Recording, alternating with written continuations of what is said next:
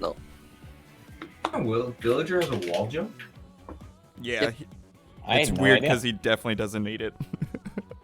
Definitely. It just so he doesn't. can camp even more. Yeah. Yeah, I didn't realize he had one. Wall jump into back air. Side Yeah, B. jeez. Last live just now. Why don't... No, I am live, you dingus. No, you. Twitch, come on. Twitch, for... Holy crap, figure out your crap! Okay. School, do you want to make an announcement telling people that it's up? Wait, is it live? I'll say it's live. There we go, it's live. Okay. I'm not late. I'm not late. DQ Ronan, DQ Ronan. I'm not we ready. I'm not ready. already I'm here. DQ'd you. We already DQ'd you. How you doing? I'm speaking freelance of you. Speaking. Whoa. Speaking. Alright, You. I'm reporting Ronan just- for terrorism. I just learn terrorism. for terrorism. I love his voice when he said that. For terrorism. What if we just get another Switch and then... Yeah. Hey, Skull, before bracket starts, I got a question. He's still...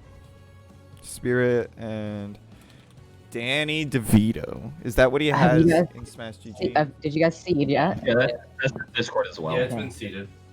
Cool. Okay, I'll start at them. Hey, Skull, so before tourney starts, if we face each other, you want to do randoms? Huh? I said, so before tourney starts, do you want to do randoms? Maybe. Sure. Depends on my mood. That's fair. Oh, you should see that because I have to fight Skull. Yeah, it's seated. Ronan, We'll look see at it. everyone. We all have to play good people. Well, I know it's just me and someone else. There's one bad player in this entire thing. Hey, he's not bad. But, hang on. But here's the thing. We don't know if he's good or bad. That's the other thing. I played him. So let me rephrase that. We have one unknown player and a bunch of good players. No, we got a bad player, Ronan. I'm joking. Oh. No, we got me. Yo, repping those low tiers, I see you, Skull. Mad respect, mad respect. All right, who's commentating round one? I can if you want me to. Yeah, you do have to wait, so that would work. Yeah. Oh, then join my arena. Me? Commentary. Commentary! Okay. Let me tell them to get in here at DannyDVito and at Spirit. And what is the passcode? 2Y9WC. You know, Law, this should be a very exciting matchup as Spirit has been popping off very well with Pyra and Mithra lately, and DannyDVito does have a very good young player. Pam has been doing very well for Spirit. He's got a good Pam. Is that what we're calling them? That's what I call him. Pyra and Mithra. Pam. Oh, I should start recording. Hold on. Where do I want this to record to? Output. Twitch. Oh, crap. I have to... Do I have to stop streaming to change that? Frick. I think I And then do. are we gonna... Go ahead, I'm sorry.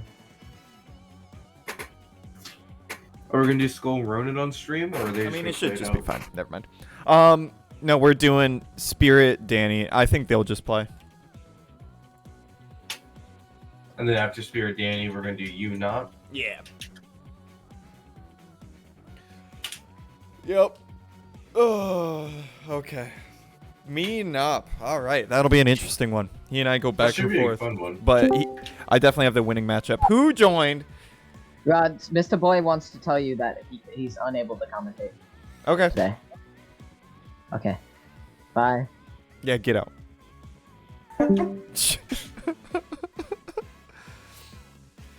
All right, let's pull up and let's see what they're doing, what they're striking. So, you know, as a Young Link versus Pam, what stages would you want to prefer here?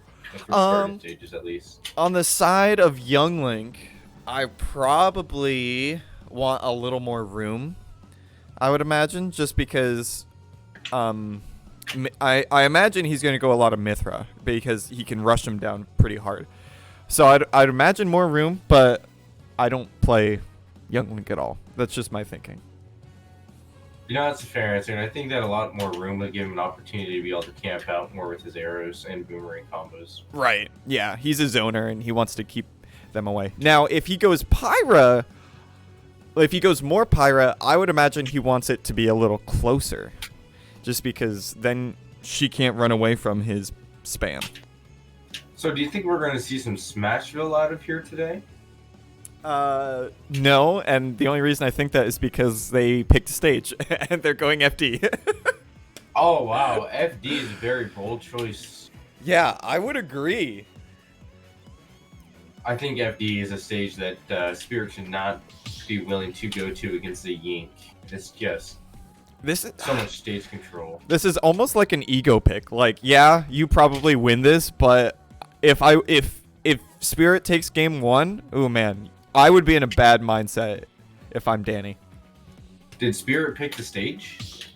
I mean, they did the whole ban thing back and forth. Oh, of course. But who picked in the end? I think Spirit got final pick, and I think it was FD or PS2, which I would have gone PS2, I think. I would have too. You know, it's a lot more neutral stage, and I was assuming it would be PS2 or Smashville. And so to see FD come out of here is very surprising, honestly. We've got Skirt Burger in the chat telling DannyDVito that he's looking for a group. This is not a Destiny LFG site. Sorry, Skirt Burger. No, you know what LFG means, right? Yeah. Like, okay. I was gonna say, like, I'm pretty sure you do, but like, just to be 100% sure here. No. I'm just making a joke. Making a joke. Just make sure. All right, So game 1. Game 1. My controller like loud. I'll stop playing it. So. And I can hear it. It's not bad. Oh, you need to be able to see the match though. Hold on, I need to stream it in Discord. Here you go. Okay. All right. Game 1. Spirit Danny. Danny up to an early lead, getting a quick 55. Now 66. He's just laying on the percent. Kind of what Young Link just does. He just runs at you and he just does crazy combos. He's like Sheik. Except better. More damage individual hits, yes. Easier kills too. Oh, I love the edge trap attempt with Nair. Nair on ledge as almost all characters is just so strong. You have to time it so well if you're on the ledge. Yeah, this is true. Nair's a great move. Oh, so they ended up going PS2. Did they? What happened there? I don't know. They picked FD, but maybe he did the whole I pick the one I want to ban instead of the one I want to play or whatever. I don't know.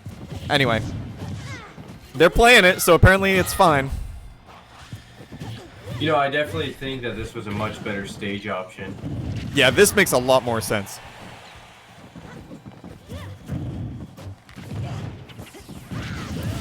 Danny evening it back up. Still down 40, but very doable. Very doable. Yeah, you know, Young Link has a lot of chain combos that just rack up damage. And if you place arrow correctly, you can get 4 or 5 in a row, like basically true, and just racks up a lot of fast and easy damage for him. Yeah, the projectiles just lead into so many things. Especially that boomerang. That boomerang is so strong of a move. Falling there into up tilt, that was really good. Mm-hmm. Danny pressuring shield like with such confidence. He just kind of runs at the shield and nairs and knows that Spirit's not going to do anything about it. Yeah, you know, Spirit's been working really hard on Pam here and like great results, but I don't know, like Yink's one of those characters where unless you have the exact new experience, they're really hard to deal with as a new character. It's very true, very true. They're a very strong character. Okay, down a stock, about 100%. If he gets some sort of crazy combo with Pyra, he can easily take this stock soon. That's very true. Pyra does like her dash attack can kill at like 70 to 80 on the ledge, and that's just gnarly. I mean, she's slow, so she definitely deserves it, but... Oh, man. Danny! Kind of starting to pull away, racking up this percent, not really going in too much, you know, zoning as a zoner does. It seems like he's playing pretty like hyper aggressive for a youngling player. It's like you don't see too much camping. Like he doesn't stay away for too long, you know, and it's really good. That was a really good kill by Spirit. Really needs to take out that stock. Kind of sus DI by Danny. I think you want to hold back, like you want to hold in for up smash. It's a really weird move to DI. I still miss it myself frequently. You know, I'm wondering if he DI'd it correctly, and it's just one of those like star KO percents because he was pretty high. Yeah, it could be. Oh, unfortunate. Danny with the taunt. Ooh, Danny, that's some sauce coming out. Danny goes up 1-0. Just a reminder to our viewers, this is a best of 3, so Danny just needs one more match. Yeah, this is an H-box, you know, and which should have been finals, where it's just best of 3 and not best of 5. Yeah, where they just don't tell you until they go up 2 matches over you, and then like, yeah, you lost. Yeah, you lose. Gosh. Most salty handshake I've ever seen. It's true. Okay, Smashville. Okay. I feel like this is going to allow him to push his advantage pretty hard as Mythra. It might be a little hard for him to land. Exactly. I think Danny like has more of an advantage on Smashville, and that's where I was saying the original pick was going to come. With it being, you know, single platform, he doesn't have too much like movement options, like platform shenanigans. Yeah. But it's also like a smaller space for him just to throw out a lot more projectiles and get in. Right, the smaller space, I think he can just be all up in Youngling's grill, and he can't really run away from it. You know, since he's on a smaller stage, I think it would be, like personally, Pyro would be a better option and play super patient. Because Youngling's going to want to go in more, and he doesn't have enough space to run away. I do think we could see more Pyra coming out. I think the side B, the projectile that Pyra has, could be pretty helpful. But anyway, it's pretty even match right now. No one really pulling away too much. Danny's in a slight lead. I think Spirit needs to be able to get Danny off stage and then just be consistent on keeping his recovery. I've seen Spirit implementing that move right there, the side B for Pyra, just recently to cover tech chases, and I love it. Because I think the only thing that will beat it is just rolling in at a specific timing. Yeah, it's a really weird one because you can't get up and you can't jump over it. And then if you do roll in correctly, you still get punished. And right. It's a great move. Does he get the kill? Oh, nice. Ooh, that was beautiful. Exactly what he needed there. Even. He needed that kill, otherwise it could have ran away from him. That's very true, you know, Danny would have had the opportunity to rack up a lot more damage and just really throw this game one-sided. Oh, Foresight. I forgot that was even a thing. He could definitely be using Foresight against some of these projectiles. Yeah, that's what he did 2 times in a row on his landing through an arrow. He foresighted down, so that was beneficial for sure. Spirit so good, even though when Pyra throws that sword, she can't use any attacks. Spirit is just so good at evading you for that duration where he can't do anything. It's just the sign of someone who plays a lot of Pyra. You know, Spirit's also playing pretty patient here, which is very good, because these characters, you can't really just throw things out. Oh my word, he almost died from that! Yeah, that's a strong character to say the least. That's just Ike, but better. I don't know if it's on your end as well, but I do see quite a bit of stuttering through Hey, the Discord stream. Yeah, hey chat, are you experiencing any stuttering? Does it look bad to you? It looks fine for me, but I mean, I'm just looking through OBS. I'm watching the actual Twitch stream and it's looking alright. Danny is taking that second stock though. Okay, thanks chat, you're the best. Nop says nope. Oh no. Oh, so Spirit does take that stock, giving it down to the last stock. It's pretty...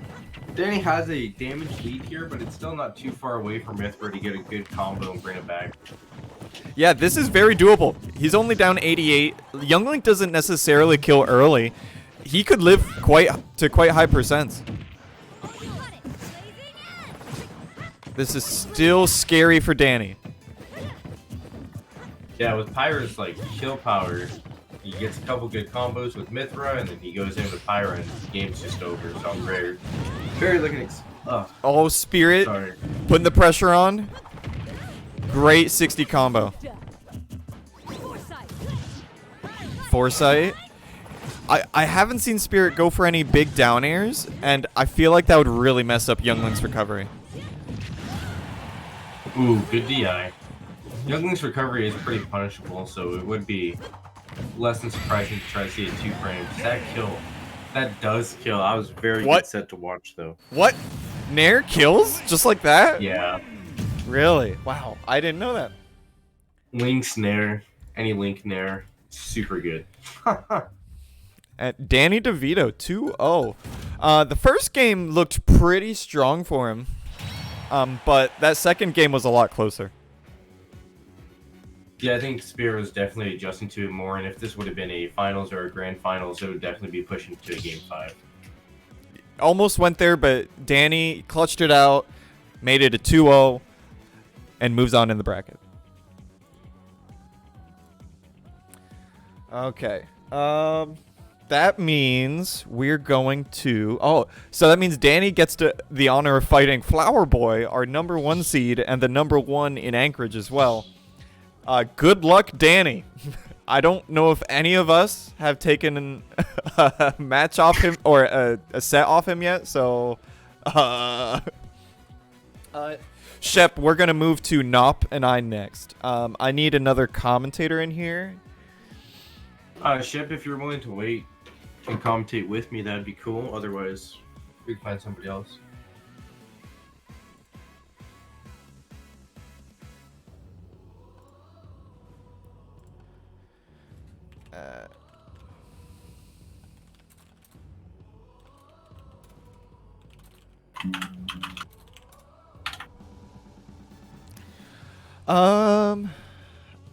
I mean, I can also solo commentate. It's just not.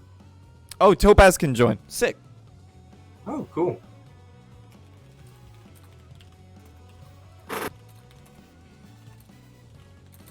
Shep, did you want to play ours now, or did you want to wait till after theirs?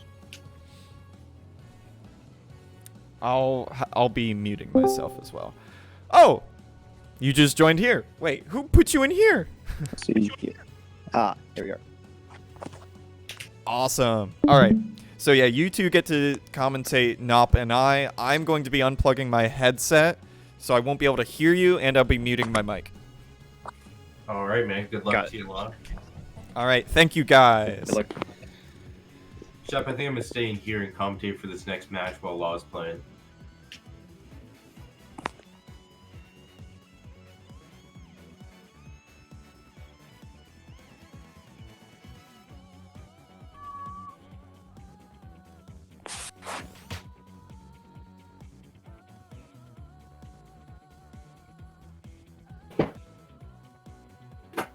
So we have Law versus Nop. So this should be a really good setup here. So now I do not know if Law is going to be playing Sephiroth or if he's going to be playing Fox. But I do believe he's going to be playing Fox in this matchup. I can see that. Fox being able to use his mobility to weave his way in between snakes, projectiles, and such. If you choose to approach, that's a viable option. Yeah, I I am feel excited like to see this. just because I know Law alone is a really a talented player, and Nop's also nothing to scoff at. I've seen some of his games. He's pretty good. So this is gonna be interesting to see. Yeah, for sure. You know, with not having that like ultimate snake playstyle, and he camps with grenades just so well, like the patience is there. You know, like I don't see much mashing like at all from either of these players. They're both very methodical in their gameplay and then their options that they choose to decide for. They obviously know when they're going in or when they're playing patient. They know what they're doing. They have a game plan in mind, and we'll see how that turns out. Yeah, exactly. I think that this first game might be a little one-sided potentially, just with it being the first game and these players haven't fighting each other in a while. And I do think that both of these characters have the potential to steamroll, so to speak, to gain that momentum and just never look back. Yeah, you know, momentum is a crazy thing in any Smash title. Where, you know, if you have it and you're just like, you're feeling your character and you're just outplaying the other person, it's just very hard to recover from. It looks like Law's going Fox. Yep. Yep. So now we're going to have Fox versus Snake. Now, this is probably one of Snake's worst matchups. I can definitely see it. Obviously, just two big factors. Obviously, Fox's mobility. He does have that shine. I'm not sure how often we're going to see that come in. It's a good reflector. It's just long lasting and very low commitment at times, just because of how easily you can cancel it. And we're going to see Law going in with a lot of dash attacks being in, a couple of combos catching his options. Yeah, you know, I think what we're going to be seeing here is Nop does have a small lead. Fox is able to go in on Snake very like quickly comparative to other like characters. It's hard to be able to go in and then just stay in, where Fox does have the opportunity to do so. One interesting thing that I think I'm gonna look at, see how Nop tries to get out this advantage versus Law. A Fox being a character that can absolutely go aggressive as much as he wants and just push his advantage. Oh, and that's gonna be the kill. He does catch just that with catching the overshoot, or undershoot rather. Yeah, that was a completely even game, and he's already racked up almost 50% of extra credit there. That's just... Snake is such a bomb. It might be a while before Snake dies. He's pretty heavy, unless Law can land a good confirm. Yeah, Law is out of the percent for dare to up smash tech breach, though. So I feel like... It's going to be hard to land nair up smash soon. That's going to start to get harder to land on a miss tech. Yeah, and you know, Nop doesn't really miss techs all that often. He's a great player. And being down little behind... Lancy for the kill. Little Lancy. Being down this much against the Snake is a very difficult thing to come back from. Snake he puts on so much pressure and so much damage so fast that trying to play from behind is a very difficult option. Or not option, but just challenge. Law able to catch Nop's option out of shield with jab. Keeping him in the corner. Nop just opting to play it safe. Throw all his projectiles as much as he can, and kind of weave out of Law's range, play around it. You know, I feel like I would have really enjoyed seeing the stage bands for this year, because wow. So Nop does take the second stock. Law is having a tough time getting this kill. He needs to close out this stock if he wants any chance at winning this game, because Snake with max rage is just a monster. He really does need to take it soon, and all these grenades and the chip damage he's putting in is absolutely putting in the work for Nop.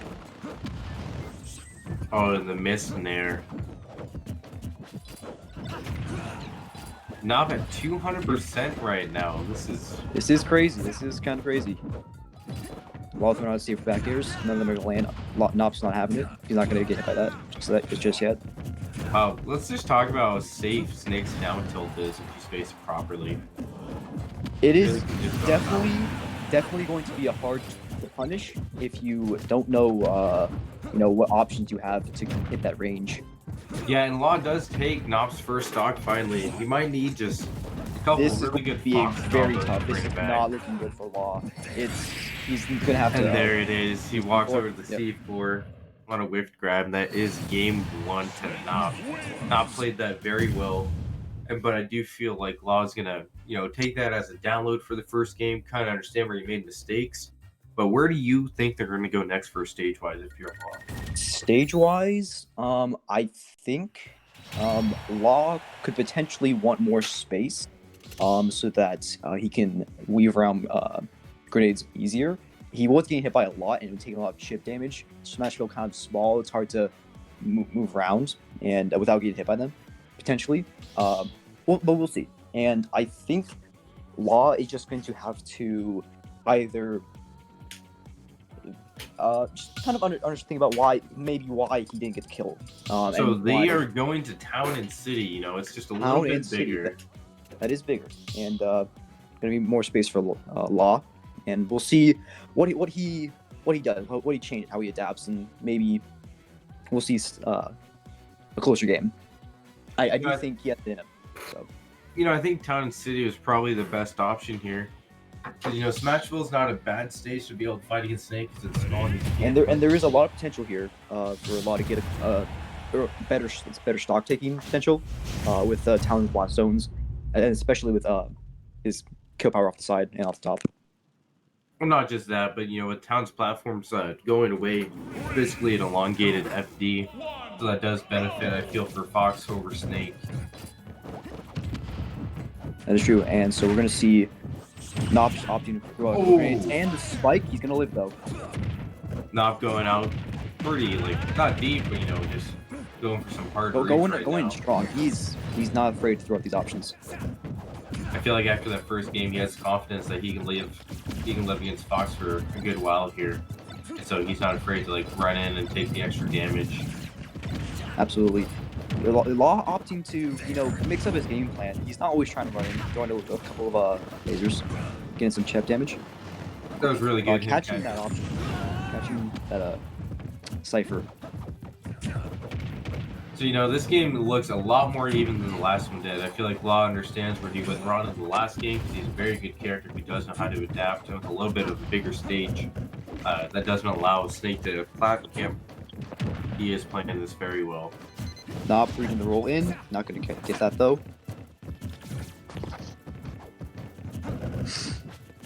Both players try not to overcommit too much. They're gonna run with their safe option or just overall not commit as least they can. They're at a high percent. That's a good idea if you want to keep your stock. Yeah, no, these characters are both playing it very well. Pressure. I hate to see it, but as Law does take first stock. What do you do as Nop? How do you feel about this matchup right now? Oh, as Nop you don't let it get to your head. You take the stock right up. That callback was just great. You know, he really needs to take that stock to keep the game even. Fox can get a lot of quick percent. That was a good response from Nop. Law keep just hitting him, getting a good combo off of those up your ladder. Taking a little bit of damage, but not too much from grenades.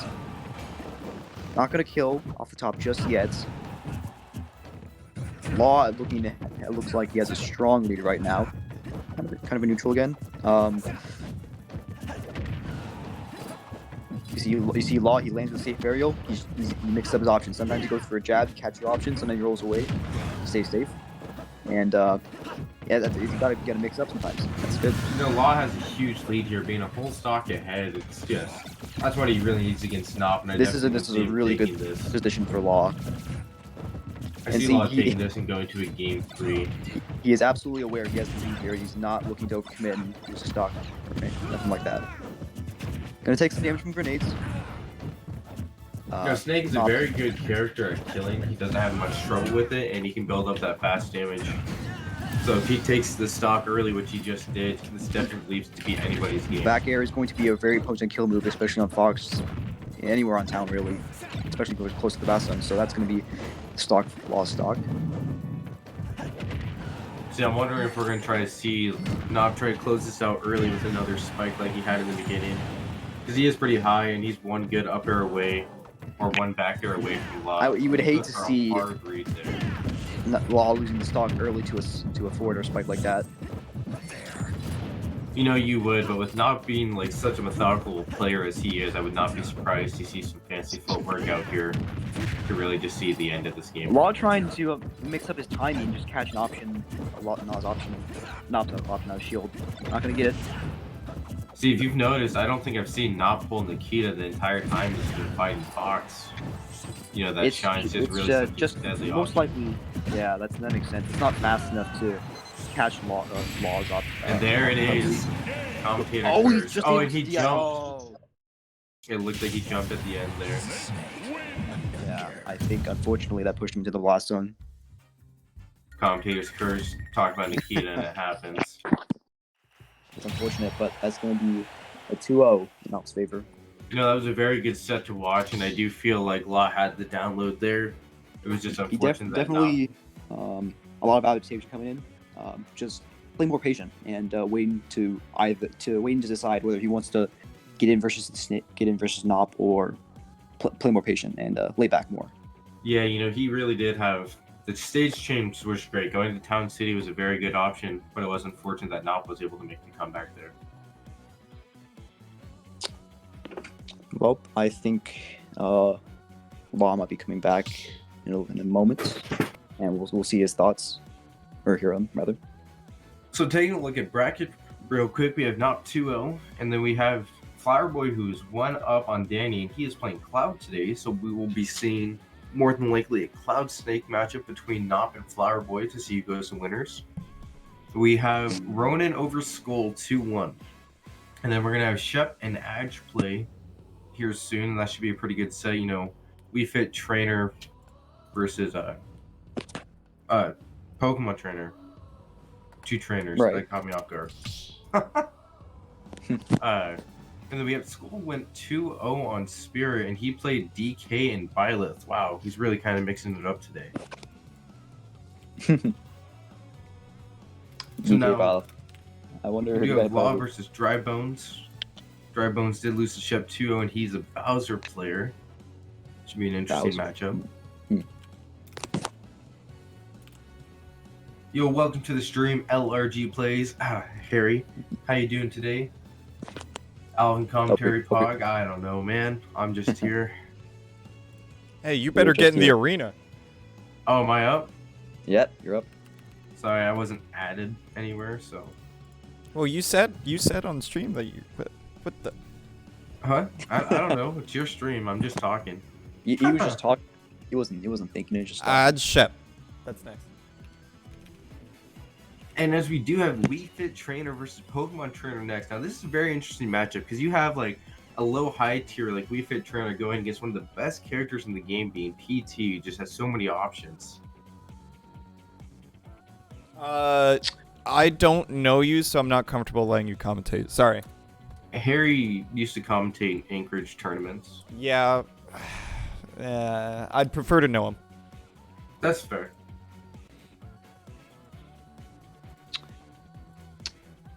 Okay. You joining, Edge? Yeah, I don't have a password, so I'm looking for it because I wasn't added. Oh, do I need Discord. to? I need to repost it. No, I'm just looking for the tournament chat. There it is. Nope, where is it? There it is. I'll just copy and paste it every time I do someone. No, I got it. I found it. I'm already in. Okay. Flowerboy asks, is he on stream? What is he playing next? He's playing Cloud right now, and he will be playing Nop, so it'll be a Cloud Snake matchup. 2 very good players and very good characters, really. We were Inkling Bros?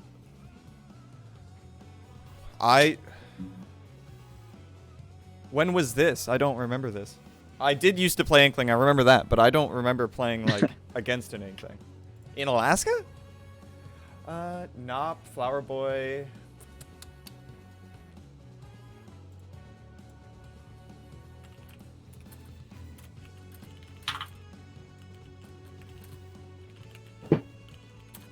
Harry also used to run the Smash 4 tournaments down here in Juneau. Smash 4? Oh, you poor thing. Definitely a cool dude. Horror stories of that game, but well. I never went to a yogurt work, so that couldn't have been me.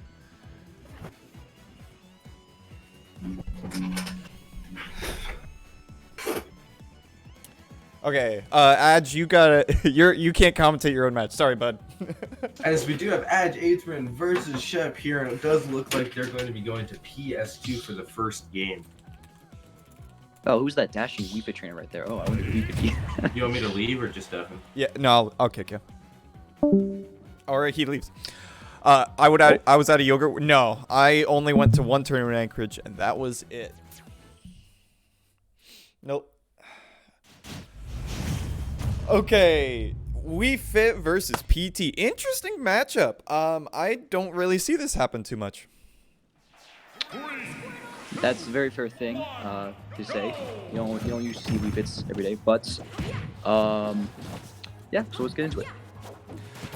Edge opting to give a couple planks. Shep not letting that happen. Getting a quick little combo for 30%. I like the immediate switch to Ivy. He knows that Squirtle's just going to be too slow in this matchup. Unless he just goes back. You know what? Never mind. I'm wrong. Maybe he's kind of trying to do that. He's like, Edge is like, what is he trying to do? That's true. That is a play.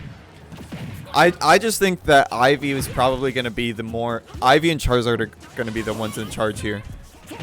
Since they're either going to have the range and speed with Charizard to contest, or just the absolute ability to play more zoning-based game. Yeah, that's a good way to put it. Zone a little more.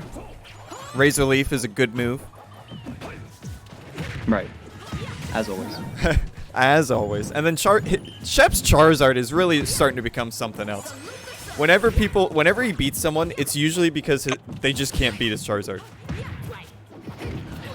Right. That's honestly, having a strong Charizard is a scary thing. So that's good to hear. But all that to say, Adge, he's playing on ledge, doing what he does. He's got the deep breathing. He can easily kill. As I say that, he kills Shep at 70. Catching the landing on the side of the stage. Deep breathing's good. Gonna take his stock. All right, even game. We're playing Smash 4 now. 2 stock, baby. Well, it's a clickbait YouTube thumbnail. What the heck, Pokemon trainer in Smash 4? Yeah. What? Well, Adge is gonna take all the space he's been given. Go ahead and take all that up, but and use it to throw a header and gonna get some damage up because of just Wii Fit's amp damage output. I'm honestly surprised he's not using more water gun when he's playing Squirtle. Just push him really far off ledge. I feel like that would be a good play. But he's the PT player. I'm not. Yeah, we're not gonna complain. So he's on ledge for Sag. So this is a scary thing because of that. Bad switch. It's gonna be hard to react to any sort of. It's gonna be harder, at least online, to react to any sort of projectile Wii Fit throws. And if you get hit by it, that's just damage, and you're back to disadvantage, and you don't want that versus Wii Fit. Especially when deep breathing's up, you're just gonna die, straight up. You just take damage, and then you're gonna die at 70. Deep breathing. It's one of the best limit-esque things in the game. Let's see if Shep can bring this back though. He's not down too much. He hasn't taken a lot of percent left. That deep breathing force match would have been nasty. I kind of like the Charizard pick. It's more survivability. He'll get the kill pretty early. I want to see how Shep deals with ledge stalling, and if he took the CX to stall, he's able to catch Edge off stage. So it's good. It's good for us. Shep, might be able to do this. It's kind of funny. They're both dying like sub 100 every stock. It's crazy how consistent it is. Just the insane killing consistency of the characters on top of the players knowing their moveset. Right. These players, they just know when to get that kill. They're not afraid to go in and just throw down that F smash. Right. So we see Shep getting a lot of damage here. This is starting to look scary for Adge.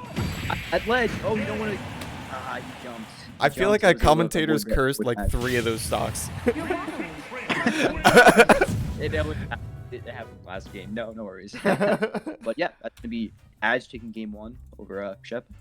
But very doable. That was a very back and forth set. Shep was able to bring that back, really make that really close. So anything's possible these next few games.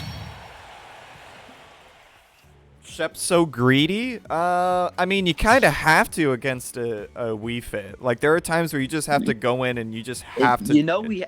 he kind of had the momentum swinging back in his favor. I could see it. Unfortunately, he just made a misplay. Yeah. So. And I think he probably felt like he was playing from behind most of that match. So going off stage as hard as he did on some of those kills, he probably felt like he needed to just to even up the game. You know, he needed to make a play, to make a big move or something. So we'll see how, you know, we saw a lot of zoning from both characters, and eventually Shep was able to get in. But he took a lot of damage most of the time. He took a lot of damage on his way over. So we'll see if Shep was able to adapt or, you know, see if he can pull something off. Do you think we see a character switch? Shep has like 7 characters. He could definitely switch to like Wolf. It depends. If he's confident in the Pokemon trainer, the PT didn't do too bad. So I could see either way though.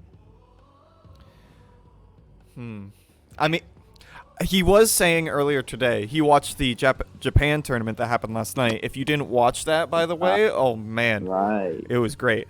He was saying after watching, what's his name? Atelier, that's it. Atelier. He was saying after watching him play, his opinion of PT went way up.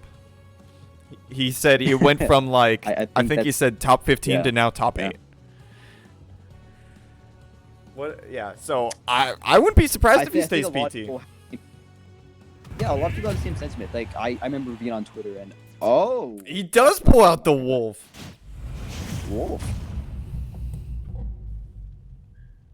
You know, you can't be mad at this pick. Wolf is just an all-around extremely good character. So point him out, and their ability to just zone and approach and, you know, safely approach. He knows the button.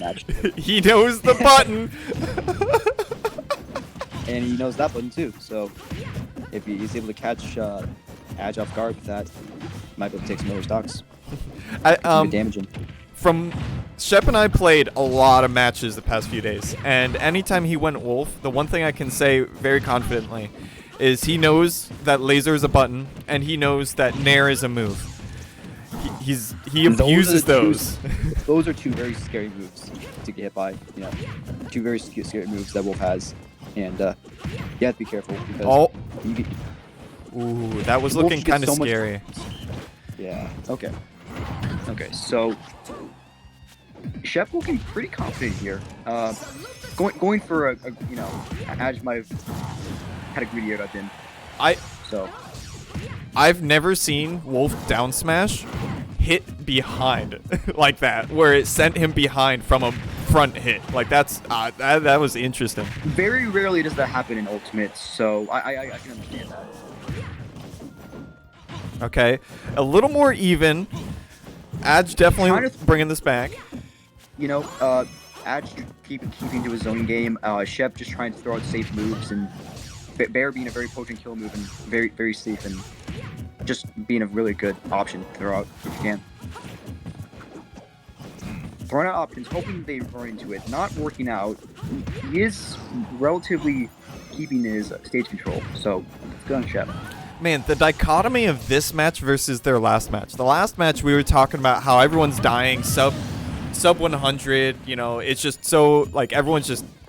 It was very back and forth. This match and now they're slowing down a little bit. This match is slowing a fair bit. And you know, just look at that 44 from, you know, one move. One move. Shep's not looking bad. He's playing patient. He's using the lasers. I had to take a little bit of space while crouching. Couldn't take the stock. That is one of Wolf's weaknesses. He's not the safest on shield if you're not like spacing extremely well or landing it safely. So yeah that's Shep's gonna have to be careful with that. Hopefully he remembers that going forward and he's in this game. Do we see a timeout? I'm not really worried about lasers. I'm starting to think we might see a timeout based on how these two players are willing to interact. Hey, if that killed, I might have just beat you, but Adge gonna live. Shep throwing out down smash. It definitely might have killed and pretty low end like, so throwing it out has potential. Yeah, not too risky, honestly. It's giant hitboxes, very low lag. The only thing I would say he's gonna have to be careful moving forward. Adge definitely has the potential to punish it. Maybe not hard punish, but punish that if he just gets a good read. Especially with deep breathing. Absolutely. So, Shep is trying to catch the options off ledge, but Adge is gonna throw header a lot. He's gonna let sharp header, and that is gonna be stock. A lot of up smash. A lot of up smash right now. It does have that kill power and that scoop, so you know sometimes it could be a good option. Okay, deep breathing's in play. Let's see how much he can get out of it. He could die any moment now. Okay, deep breathing's gone, but now I don't really think Adge needs the deep breathing, just because he's at such a high percent anyway. That is true. He doesn't need damage. He needs that kill power, which he has. He just has to. I like. Maybe. Go ahead. Just throw out moves more methodically, maybe, because header's gonna hit them, right? But it's not gonna kill them. So maybe swapping up game plans or Ooh, something. This is looking good for Shep. He's got him at a pretty high percent. Oh, but he should be dead. That's dead. I don't think Adge has rolled once off ledge, so it's kind of a. Oh, well, all right. I guess he heard you. Okay, never mind. I was gonna say I don't think that's a good read to go for just because he's not rolling. The full hop back air. Missing the full hop back air, not gonna get the kill confirmed. Adge uses in a bad spot. No ledge, no still lead. Okay. Ooh, interesting up smash. He takes to the corner. He's off stage. Versus Wolf back air. Great forward throw. Scary. He baited out the shield just by. Oh man, this ledge trapping is great. He died? That actually killed off the ball. He died. Wow. All So right. it looks like the Wolf doing pretty good. He was able to keep his stock and take Adge's solid beat. So, Prophet Law, my man is from the future. Hey, I was trying to say he was doing a bad thing, but he had the better read than I did. So that was a good point. At least towards the end of the game, Adge was doing some more roll-ins, but he wasn't really mixing up his options as much. So maybe Shep in the future, the next game, Shep might take that into account. Well, Shep was doing really good on that last stock, where he would do the back airs like to cover ledge jump, but then as soon as Adge would get up and shield, he would run and grab.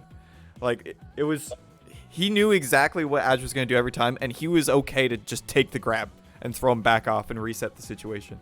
You're still an advantage. You're still taking damage. You're still pushing them off the stage. You can take that, and especially if you know they're going to shield and trying to block your landing aerial, it's a really powerful tomahawk to do, especially online when it's hard to react. So Right. Oh yeah, online just buffs tomahawk so much. I honestly, where would you go as Adge? Just because Adge. I don't know. It doesn't feel like the stage played a ton into how that match I guess concluded. Kalos just being a stage where usually you can camp, but the thing is, Shep was also able to use that to his advantage. So it's a double-edged sword. You get some, you get better camping, but then you give your opponent more camping ability. Right. And against Wolf, who just camps better than almost every character, it's kind of hard to give him that kind of stage. Wolf is just such a good character. He's a better camper than a lot of the camping characters in the game. He's better at yeah. He has crazy combos that aren't necessarily long, but really high damaging. Like, why is Wolf so good at everything? Okay, so we're gonna see the switch back to PT and Adge stage Wii Fit. So that's interesting plays. Interesting plays. Well, I am really curious. Yeah. This is an interesting choice coming out from Shep. Maybe he noticed something that he thinks he can take advantage of now. If I had to guess, it would be the neutral get-ups, but we'll have to see what this leads. Okay, it did look like he was going for that neutral getup, trying to punish that. Just a little mistimed. You know, Okay. Shep keeping a really good advantage here right now, just not letting Adge land or take stage. Dodging all these projectiles. Okay, deep breathing's out of the mix. Clean 26. Adge isn't afraid to, give up stage to zone from ledge, especially as the exhibit right there. So, but Shep isn't really phased by that too much. He's able to take the stage control, and he's fine with it. He's fine with stage control. Lilat puke. I would agree. Lilat is a trash stage and it should not be legal. But I'm not the TO. I'm just the simple streamer. Yes. Lilat is a stage. We will put it that way. Honestly, I feel like Lilat's a better stage for Shep than it is for Adge. He has so many platforms to just sit above all the projectiles. And it's harder for Adge to plank just because of the slant. That's honestly interesting pick from Adge, but the game's even, so I can't talk too much. It's true. Yeah.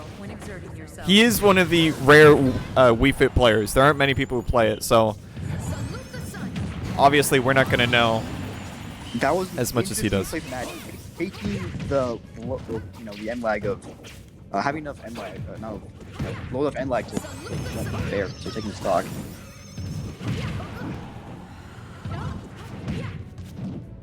Oh no! Oh Shep, I was so scared of that down air. On up B saves his life. That was crazy. That was insane. That was terrifying. If Adge has deep breathing, he's up stock, but he's still up stock, taking too much more damage. He already has 80% credit. That is the stock. That was good. That's the scary pick when you're playing Charizard, because Charizard, sure, you might get the kill, but you're gonna take some damage trying to get in there. And that's the stock. Squirrel's just gonna die. Oh, a full stock lead. Shep's got to make something happen. He's gonna have to play really solid or make a play. And right now, Adge is comfortable. He's comfortable playing back and doing his thing. He's even playing on stage a little more, which is usually a sign of Adge being confident. Right. Ooh, I think Try Shep to go for the has to get one of the down airs. Little greedy. Just a little greedy. Gonna get caught by the header. Okay. Adge opting to take a little quick option out of the corner. I wasn't able to hit a punch. This is going to be really hard for Shep if he wants to bring this back. He's taken so much damage. Not gonna take the stock just yet. Adge still has deep breathing. Unfortunately, gonna get off ledge for free. Okay. But the flare blitz. And the the taunt. He's trying to rile himself up. Okay. Back air. Oh my word. Oh. This is doable. This is doable. This is really scary for Adge. Oh my word. I think that would have been it. That might have been it. No. Oh, he's alive. He just barely lived. Oh, nice from Adge, And the closing it out. And the teabag. Interesting. Okay. Well, Great match from our two competitors. That Dang. is 2-1 Adge. Wow. Good match. That was an interesting match. I think. What are your thoughts on the PT switch? It didn't seem to yield very different results from the first game. It was still close, but the Wolf just seemed to overall perform better. Yeah, he really had to try to pull that out, just like he had to during the PT match. Huh. Okay. But as always, good stuff from both players. Ooh, hold on. Well, yeah, we'll do. All right, Nop and Nop and Flower.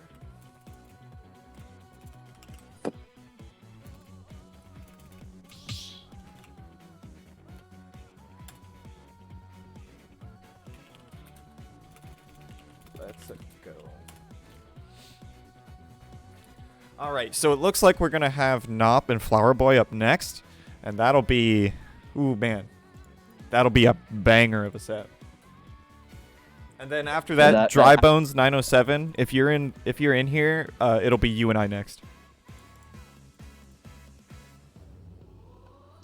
Yep.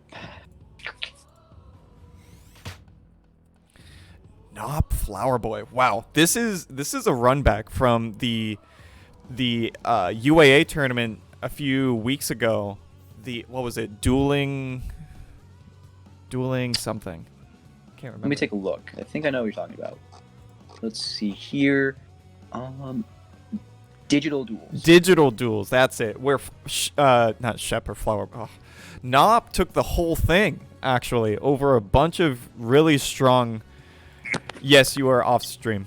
Yeah, we gotta try to catch some people up. Sorry, Adge. Yeah, Nop took that over some really strong Anchorage players, which was kind of surprising. I don't think a lot of people knew that Nop was on that level, but nah. If you ask any of the people who play him consistently, you knew that he was very capable of taking that tournament. Nop, Digital Duel is a good tournament. Well, of course it was, Nop. Honestly, he's a good player. I think he flew under the radar enough so that no one really saw him as a threat. Like he came in as a powerful player, so that is amazing from him. Very strong player. Definitely probably the best snake that we have in Alaska right now. Ever since Flowerboy kind of stepped away from the snake, I think it's a pretty clear Nop is number one. I mean, again, there are a lot of players in Alaska that I don't know about, so I could be just missing one.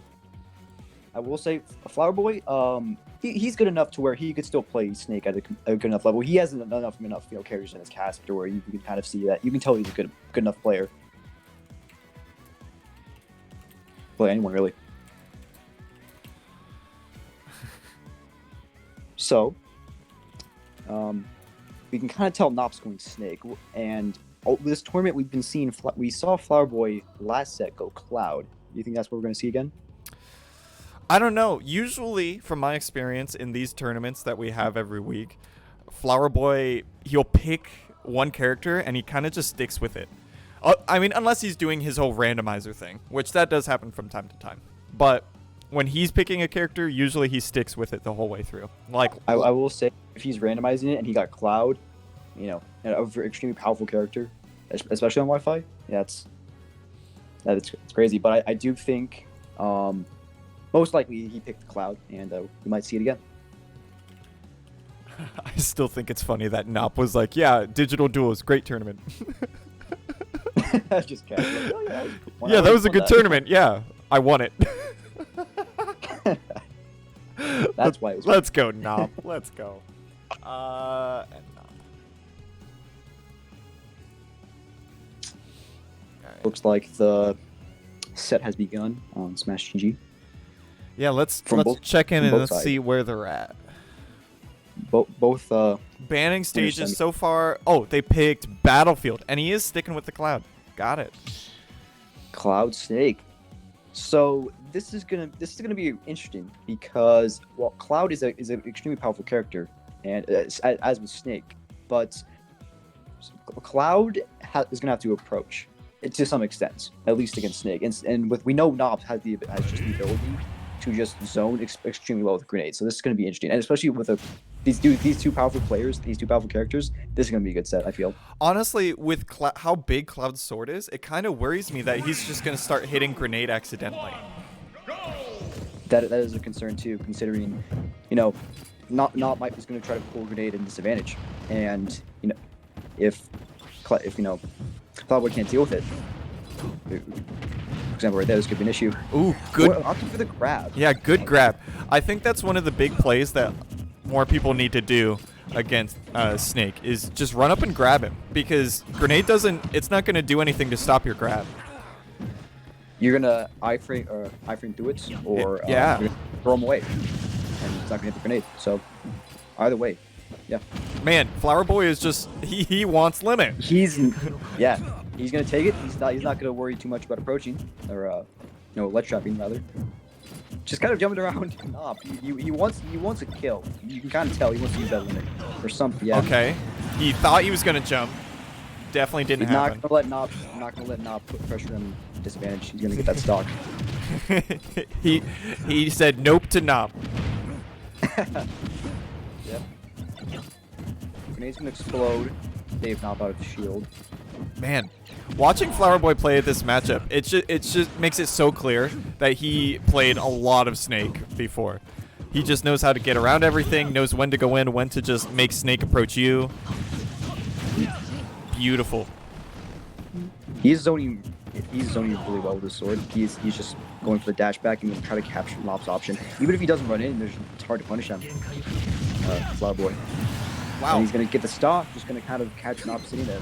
I think this is the most amount of limit I've seen Cloud use in a match, and it's not even over.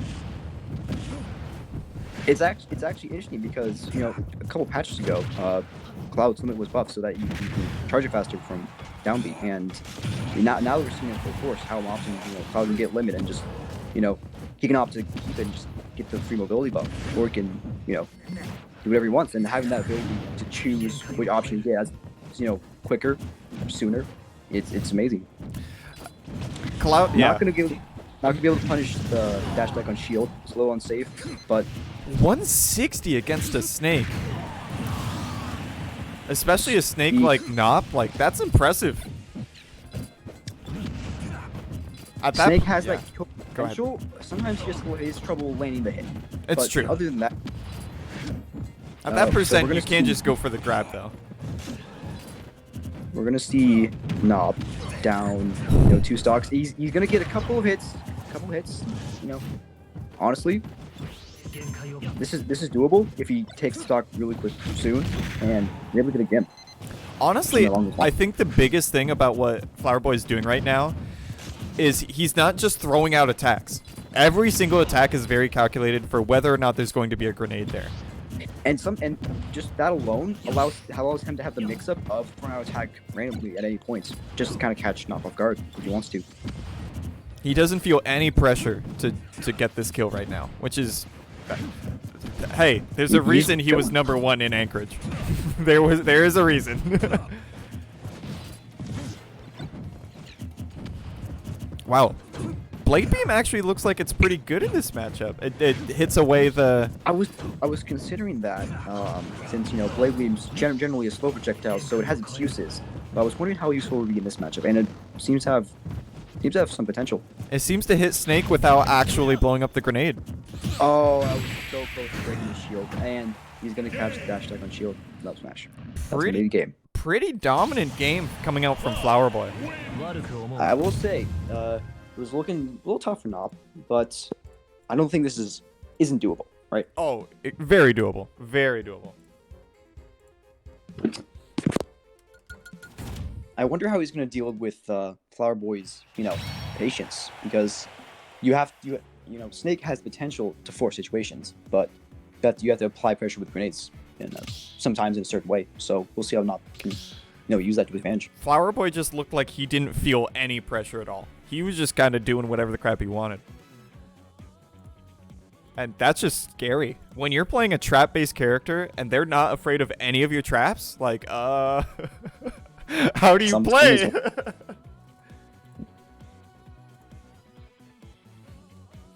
Okay, let's check in on Smash GG, see what they're banning. Right now, it looks like, yeah, Flowerboy is taking a little bit of time trying to decide what kind of stages he doesn't want to go to.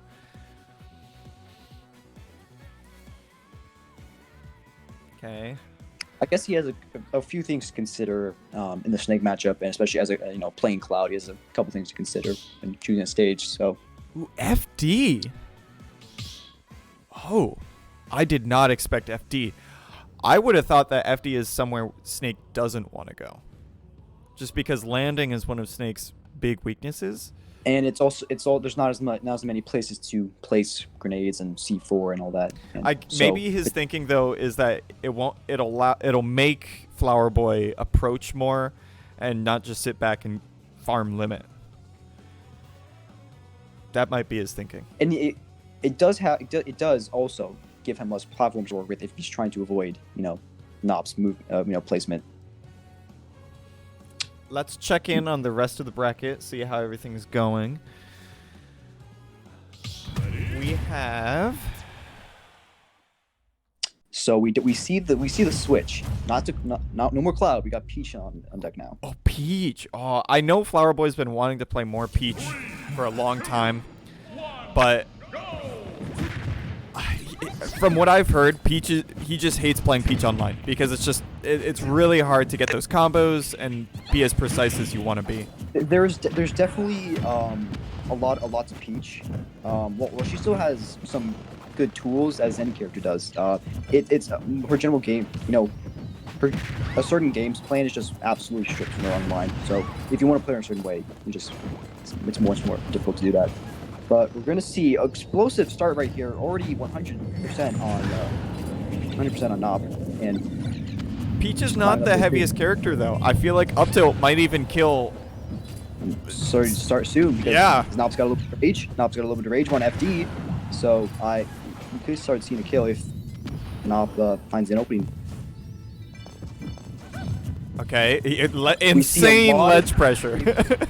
we see a lot of landing bears from Flowerboy. That's going to be a very powerful option, both in kill move and safe. But Nop catches the Flowerboy's run-in or approach with T4. Oh, he grabbed that grenade? Oh my word. Nop, you're sick. We get it. Flowerboy wanted nothing to do with that bomb. Gonna catch the Nikita. Might have been misinput, but not sure. But I'm not getting too much of a punish off that. Not just gonna opt to throw a lot of C4 grenades, use a lot of his reverse movements. The way Nop is playing this matchup, it's honestly starting to remind me of when Nairo did his spiritless World of Light run, where he's just flying above them constantly, dropping the C4s, just throwing the grenades. It's honestly starting to look like that. Throwing so much C4 down, exploding it like crazy. He doesn't want to commit unless he wants that kill. Then he's going to mix up and, try to hit him with an unreactable, throw him off guard.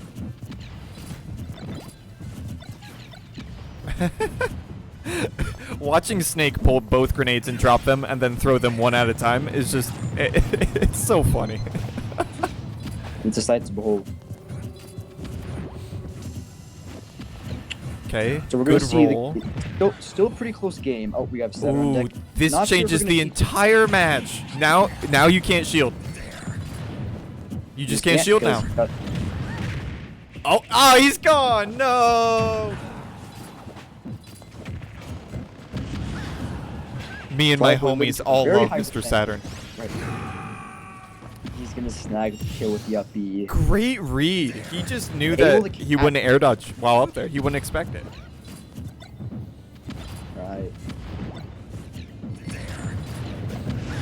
That turnip blew up the Very grenade. scary position for Flowerboy, but also has a lot of potential to get some damage. 50%. Couple combo moves. Pretty simple stuff. Oh, what a roll. Rolled right behind Snake. She's able to sneak behind him and get a grab, and now we see gonna catch that turnip pool with dash attack with stock. Nop can definitely bring this back. This is Snake we're talking about. He does a lot of percent. Now all he has to do is, on top of playing well, he's gonna have to catch whether or not Flowerboy wants to sit back and pull turnip, as you saw he was able to take the stock, or if he's gonna try to run in and see how he can deal with that approach. Okay. Not gonna get the punish. Had the good air dodge read, but just wasn't in the right position.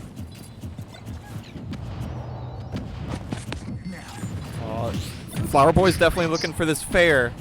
I think that's the only way he's really gonna kill him when he's on stage like that. Even if it does kill. It's gonna have to be a fair or a bear. Yeah. If you want it on stage kill. Honestly, I think Peach is gonna need a little more percent before she's gonna start killing Snake. Man, those floats are so low to the ground. You can tell he plays Peach. Oh, just barely not being able to catch the air dodge. Nop still alive, 160 on board. As long as Nop stays alive, he's doing good. Dash attack not killing if you DI that out. Gonna live. But if you don't DI it, you're gonna die. Yep. Especially that percent. Good showing from both of them, but Flowerboy just displayed a knowledge about the Snake matchup that, it's hard to overcome. It was a great showing from Nop and both players, but Flowerboy was able to take that 2-0. 2-0. Nop goes from 2-0ing me to getting 2-0'd by Flowerboy. Just shows how much of another level that Flowerboy can just be. He just gets in that zone. Good luck. All right. Drybones907. You and me. Time. All right. Let me. What's your Discord tag? You're not Drybones, I don't think. I'll post the info again in the tournament chat. Who else? Who's not playing right now?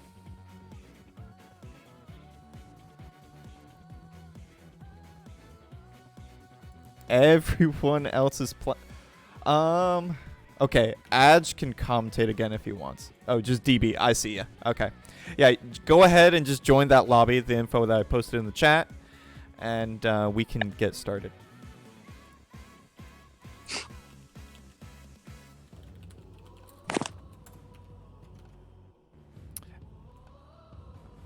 Ooh, Ronan takes it. 2-0 over Adge. That's surprising. Last week when they played, Adge took it very confidently. Interesting. Here, let me. Okay. Hey, Law, just make sure you gotta run your losers bracket, dude. People are waiting on you. I know. That's what I'm doing. We're doing that now. That's what's on. That's what's on next. Yep. Beautiful.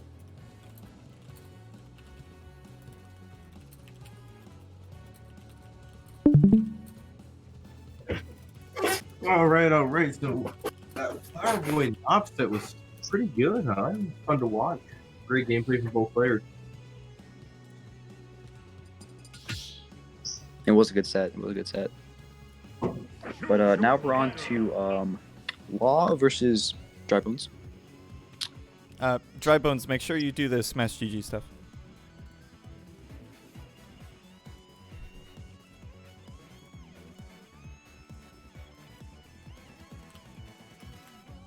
So as we can see, Law does use a GameCube controller. What a nerd. It's the best. Man. This old timer using GameCube controller. I mean, I do too, but... What? Wait, how are you calling me a nerd and you use it too? What the? Huh?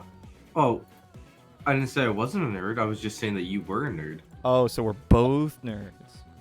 Long story short, yeah. He's taking you down with him. It's a pretty short story either way, but long story short. Ooh. Sephiroth, huh? So it looks like we're seeing the Sephiroth from Law. All right, That's gonna I'm be- out. Thanks, guys. All right. Okay, bye. So So, yeah. as Law does leave, but still here, how does this work? No. So he's gonna play Sephiroth versus Drybones, who is looking like to be a Bowser main. So this should be a pretty unfortunate to say one-sided. I feel like Sephiroth takes Bowser a little rough. I will say Bowser has a lot of potential to take stocks early and just have extremely powerful advantage states with his damage output and kill potential. And against a big light character like Sephiroth, could be rough. But we'll see if Law's able to see how Law plays. So now, as we're gonna get into this, let's see what their first stage is. Town and City for first stage, game 1. So this is a pretty relatively like neutral stage here for the most part, other than the fact that Sephiroth's Dare, it's just absolutely monstrous on Town and City, Smashville, FD, and even Battlefield. Majority of the stages, I guess. Like especially with Bowser having such bad recovery, he can Scintilla just like that and easily kill him. 20-second stock. That is going to be the stock.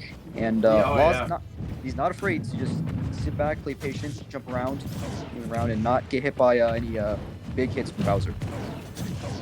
Well, I feel like Law is very confident in this matchup, and he's been watching people playing. He's just excited to be able to get in there. And wow! And unfortunately, poor right, Bowser. that is unfortunate.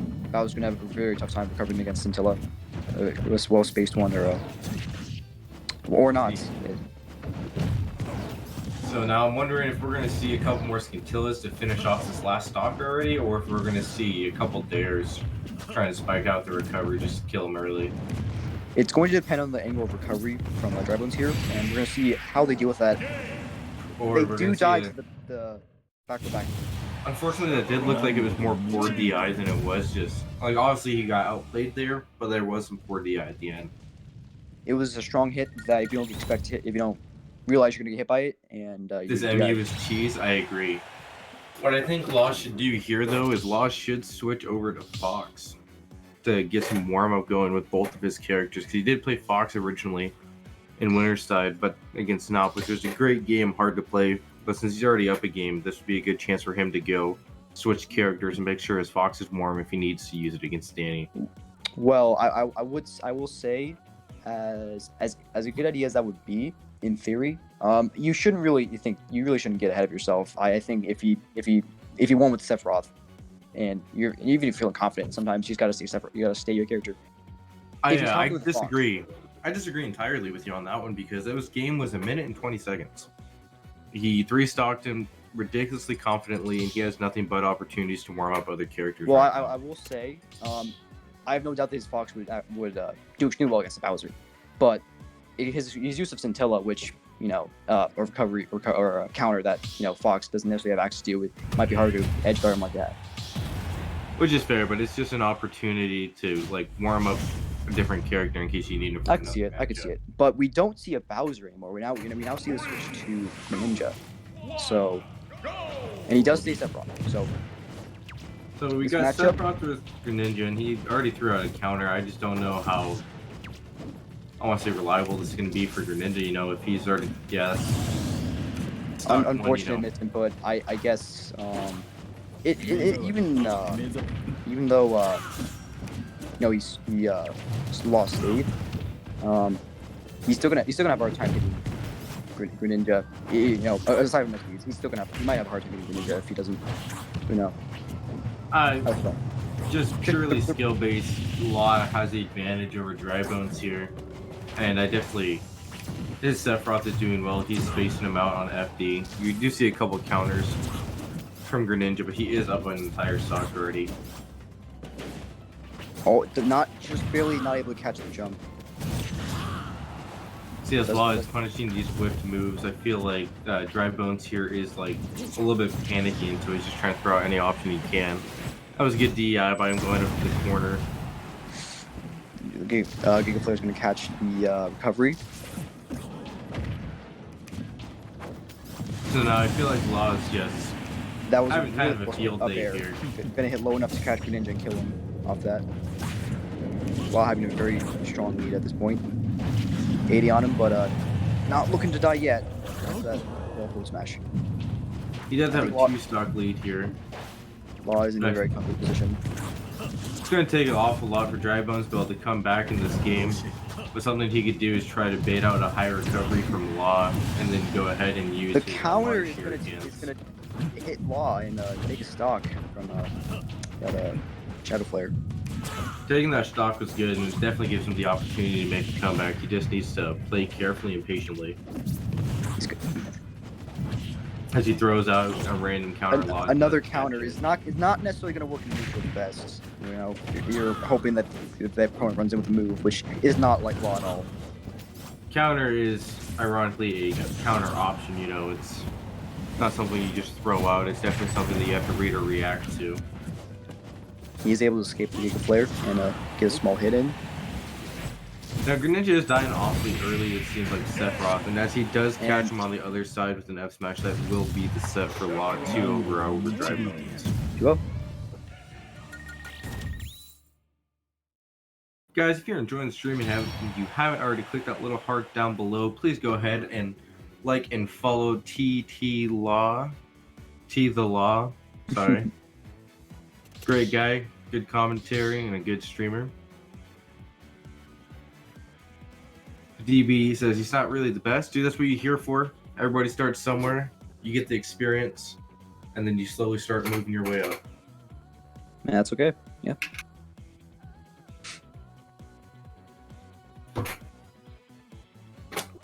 So now, taking a look over here at bracket, That moves up Law to Danny, and then we also have Nop and Skull. So now the Law Danny matchup is going to be very close in my opinion. So we're going to have Flowerboy Ronin, Nop Skull, and then Danny Law, and whoever wins that does have to fight Adge, which I hear he is a fierce competitor. I will looks like refer through rumors.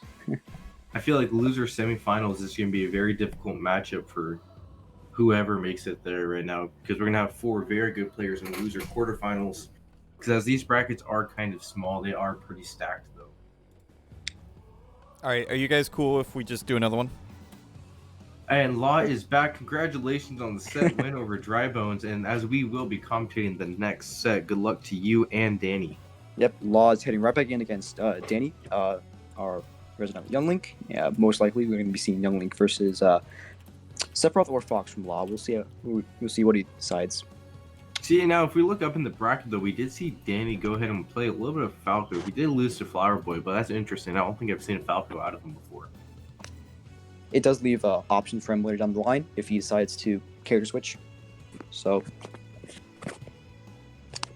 I'm very excited to look forward to watching this set, because against Young Link, I'm not sure if Law is going to be switching over to Fox for a shine, or if he's going to be able to stay Sephiroth and kind of camp him out. This is going to be quite a challenge in its own.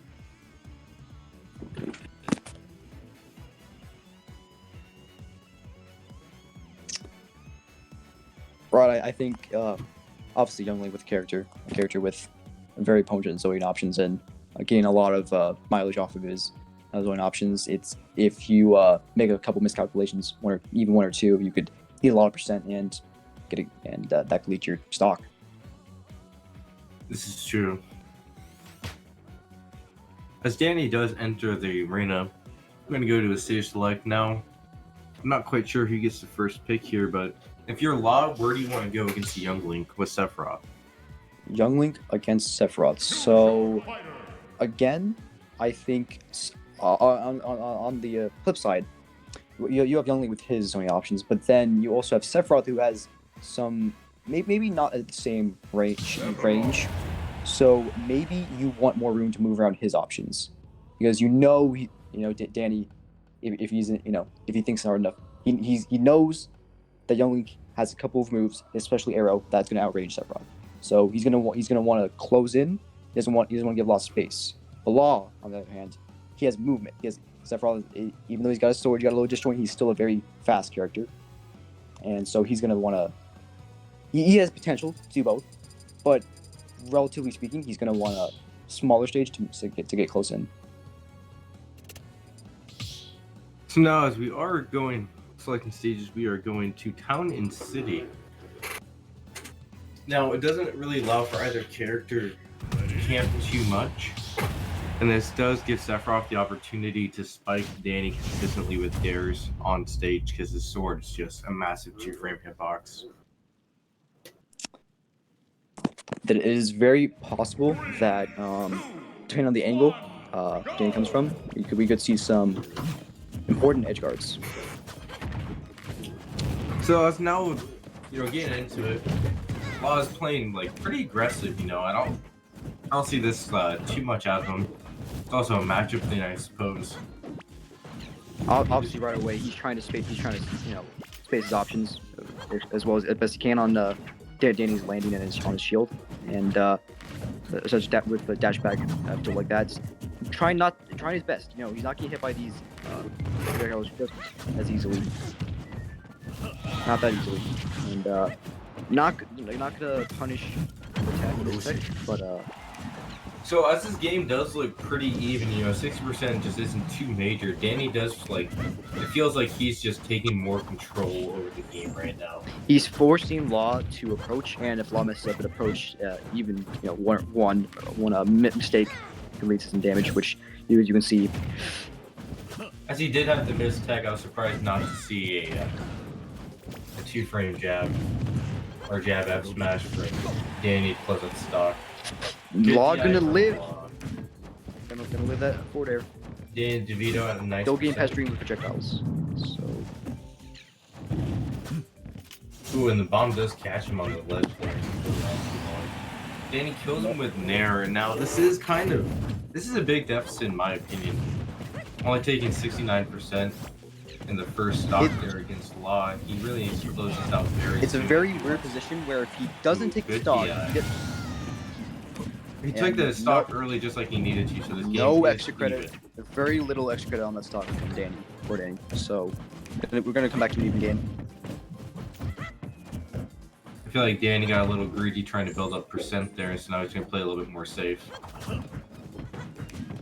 Danny trying very little to overcommit or overextend with anything. Go back and throw out his zoning tools off projectiles and getting a little bit of mileage off it. Still a pretty even game with logging and actually that grab down for back here, catching his option up from ledge. Yeah, you know, Until this is a very good goal. until being caught under that up B. Danny does have about a 40% lead here, but as we saw earlier, that's not much to go off of. And we do see that Law has win. He's gonna. It's hard to notice sometimes. It comes and goes, and it's a very small detail, but you gotta pay attention to when. Law someone has falling out of win. that was critical. If he would have been able to been stuck in that and pull him to the outside, that would have been a stock. I feel like. Oh, was that a like forward smash? Was that that was weird. Okay, not dead yet.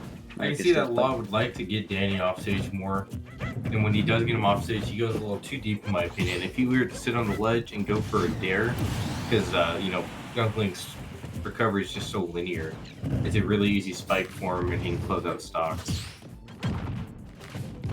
I will say, with Youngling's recovery, sometimes he does come from a more diagonal angle, so it's not as simple, but it does have a lot of potential. So we're gonna see what Law does with that information. So And Danny right now, had a really nice 60% combo there, and then so Law does take this stock, but Danny did rack up 78% of extra credit. now Law can easily come back on this still being Law set is across. down, but he does have an extremely good comeback mechanic. So we're gonna see how if he's able to use Law like that. Getting caught by air forward air for looking to grab. As Danny is just looking to close out this first game, I'm wondering if we're going to see a switch from Law over to Fox for the Young League matchup. Now Danny Ooh, with he the calls out full the hop down. jump with the dare. That was beautiful. And Danny does take the first game, honestly quite commanding.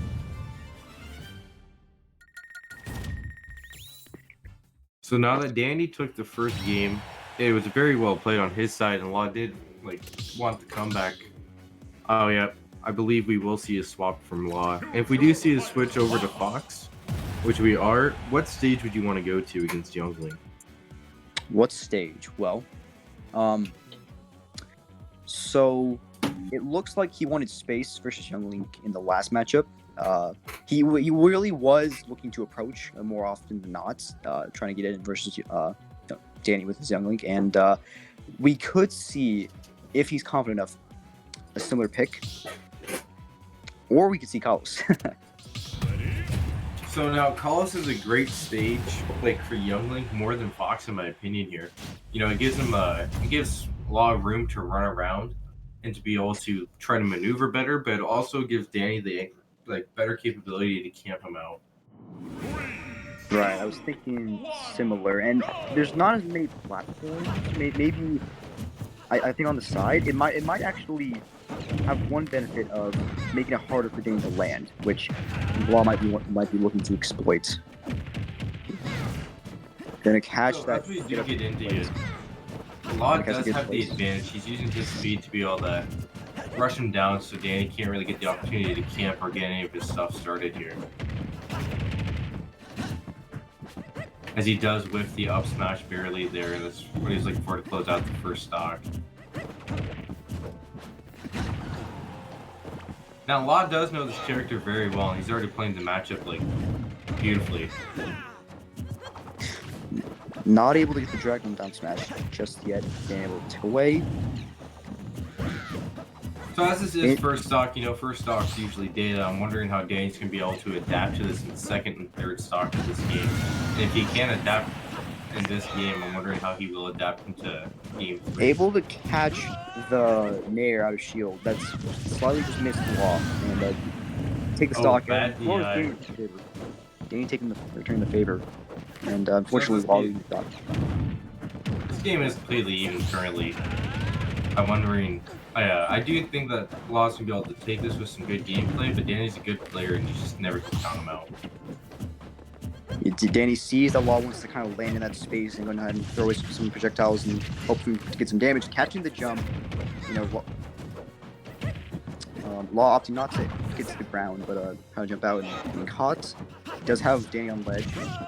He's just gonna miss the nair, so he's gonna get hit by the down tilts. So this game is completely even, and Law's gonna be fishing for a dare up smash or a nair up smash for sure. Now we see Danny spacing backwards a lot with his moves, and we're gonna see if Law is gonna be able to catch that by either being an immediate punish by overshooting, or if he's able to simply take the space he's given. Now Law was fishing for that back air on the ledge. There is a beautiful spot touch. Down tilt up air will take the stock. Now Danny is down to his last stock, but Law is pretty high in percent, which Youngling can't take care of fairly easy. Right, fucking like character, he's definitely well beyond kill percent. So we're gonna see how Law plays against Danny. Opting to mix up a little bit of zoning with Getting some wow, beautiful, just carrying him across the stage right there. amazing for a nice combo 60%. and catching a jump. Able to get the down smash, but he still has advantage state right here. Gonna have stage control. Danny jumps in, able to get a bomb. Doesn't catch the landing or a lazy landing like that. Throwing out a couple nairs, kind of a wind lag. You can do that sometimes. So Danny is watching and playing the ledge very well with the boomerang coming back into his nair, so he covers all the options. Barely missing Law, but that's bad. We're shielded anyways. But Danny needs to take this last stock very quickly if he wants to have a chance to come back, because Law is milking this stock very well. Oh, and the hard read will take Forward game smash 2. gonna catch Danny's mechanic options. So now Law does take game 2 with Fox, honestly quite commandingly. I wonder if we're going to see a character switch from Danny, or if we're going to see Law, or if we're just going to go ahead and see him play the same character. I'm wondering if he's going to switch over to his spacey pick that he played against earlier against Flowerboy, try to get it more even and more of a rush down capability. It depends if Danny's confident enough, because he did well against Sephiroth, but the Fox that Law's going with now just seemed to kind of demolish him. So I could see either way, doing a character swap here. I feel like Danny really did have control over it for the most part. He did just get overwhelmed in his last stock there. And Law was able to very well keep his advantage state and just rack up so much damage and able to catch panic options, so he's able to take the stock, seal out. I feel like Law has just a crazy lead right now because he did have such a hard call out at the end there, reading that roll to the F smash. As Danny did leave, it's 1-1. I'm wondering if he had an internet connection issue, or if he just decided to call it a day there. Not sure. We're gonna look into it and see what's up with that. Law, if you can hear us and fill us in on what's happening right now, that'd be great. We're gonna go ahead and check the Discord group and see We if have there's no anything word going on. from Danny. That's not sure what happened. If it's there. Oh, he did come back. All right, cool. False alarm. We're good. I'm wondering if he reset his switch or something real quick, or he just accidentally left the arena. But he is back and he's staying Youngling. Now I feel like that's kind of a bold twist, but I honestly do not know how many other characters Danny does play, so that might be the ultimate better option here. Honestly, sometimes staying the character you've been in the mindset of might just be the better option. Oh, for sure. Especially We're going if into game 3 here, and of course it's even. He beat out Sephiroth, he struggled a little bit with the Fox, but now they're at PS2, one of the most neutral stages. It's a bit smaller than Kalos, and so, there's less room for a lot of people to run around and just punish Danny's bad options that he had in the last game, I feel like Danny's going to have a lot better options with his platforms being a little bit more close. But we do have a connection error, it looks like, right here. Not looking too good. As Nintendo wins again, I am very curious on to see who disconnected. I'm wondering if this is Danny, and that's why he disconnected last time. The connection issue is on Danny, and if Law would like to take that game is his. Unfortunate disconnection from Danny there. See, it was too early to really tell anything, but I do think Danny was Um, opting to try to read his jump more. Now, So, Law, are you going to give him the opportunity to come back, or are you just going to take the game? Because he did disconnect mid-game.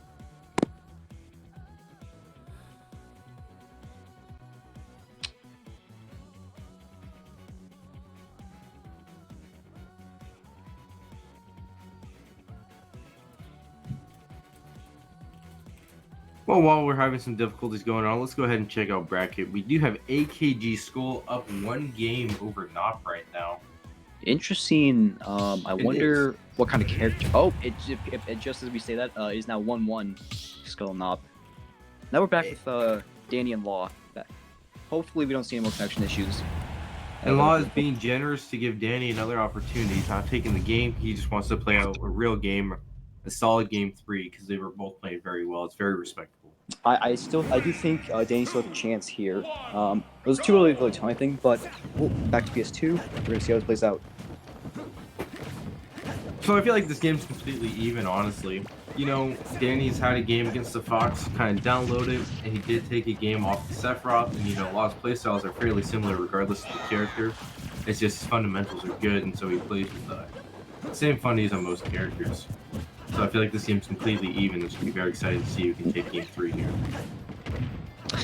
Now the two things I think Law does really well is that he knows how to, when he gets up close in the close quarters, he knows how to interact on your shield. He knows if he's going to catch your option or how to dodge your attack or shield. He does that really well, and it's really helping him when he gets up close, because while Tooling does have some options, if Law's able to just absolutely outmaneuver him, then Yeah, he gets a lot of mileage.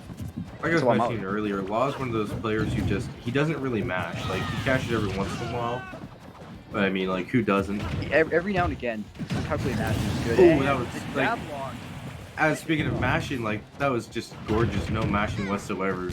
This player knows his characters that he plays, and he knows exactly what to throw in Already the win. 50% after just taking the stock. His advantage state right now is looking extremely well, but he overextended a little bit, and getting caught by the down hit.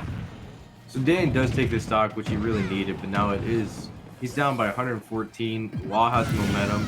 Oh, I feel like Danny was too low to recover. He knew that he couldn't take the bomb Must and not pop have had it the off. tools to come back. Already. He's down a whole stock. After that combo, getting 60%, 80. See, going back to what we were saying earlier, Even- momentum is such a crazy tool in Law Smash games. improvising with the bomb was actually really nice. Really cool to see.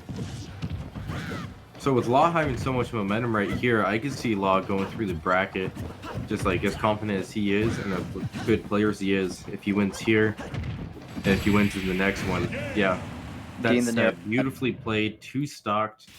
And now that Law is going to go up and play AdgeAethren at some point in this tournament, Nop and Skull are 1-1. So regardless who moves where, this is a very close game, a close Right. tournament, and it's very well played. It was a good set from both. I think at the end there, Law just had such a dominant advantage state, and it was hard to come back from. So good stuff from Law and both players.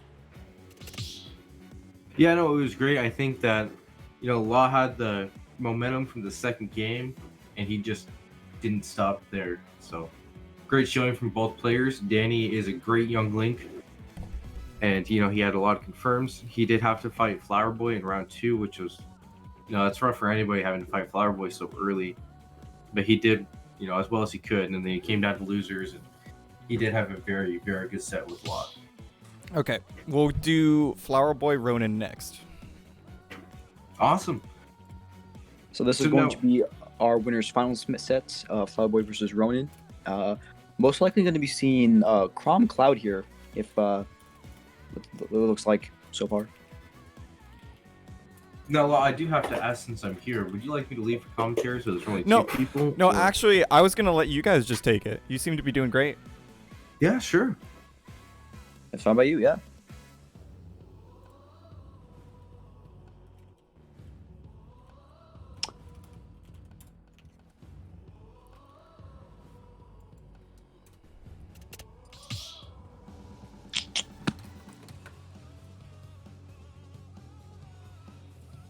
So as we boil down and gets closer to the end of our brackets.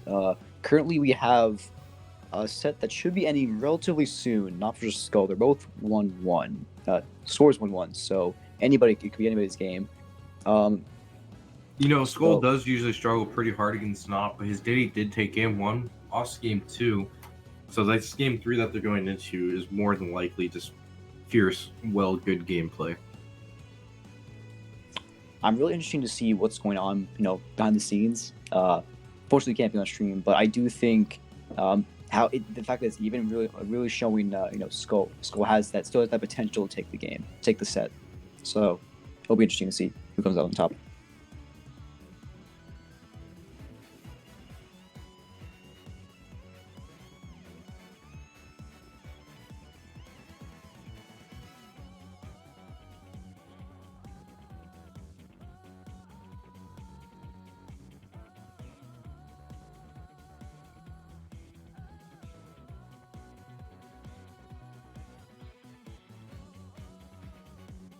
So now we are waiting for them to hop in the arena here for Flowerboy and Ronin.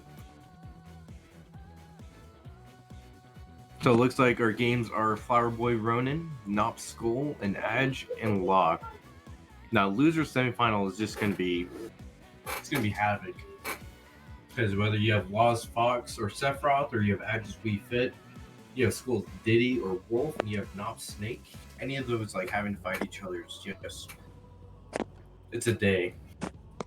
No matter which combination it's going to be an interesting set. I feel like momentum's gonna have to play a huge role in the sets regardless who's up next. And looks like Rowan joins in, and we're going to be getting into this very soon. So this might be a very interesting matchup we got here. Chrom versus Cloud. Most likely, we could see a character swap again, but I think so far, Flowerboy's just been extremely dominant. If anybody has a chance to take some games or even to set off him, it would definitely be Ronin, who has a lot of, I think, is an extremely good player and has a lot of potential to take this set. You know, Flowerboy also did play a little bit of Peach and took a game off of Nop there to close out their set. So going to a winners finals with the best 3 out of 5, I see Flowerboy just thinking around and playing 3 different characters just with how confident of a player he is.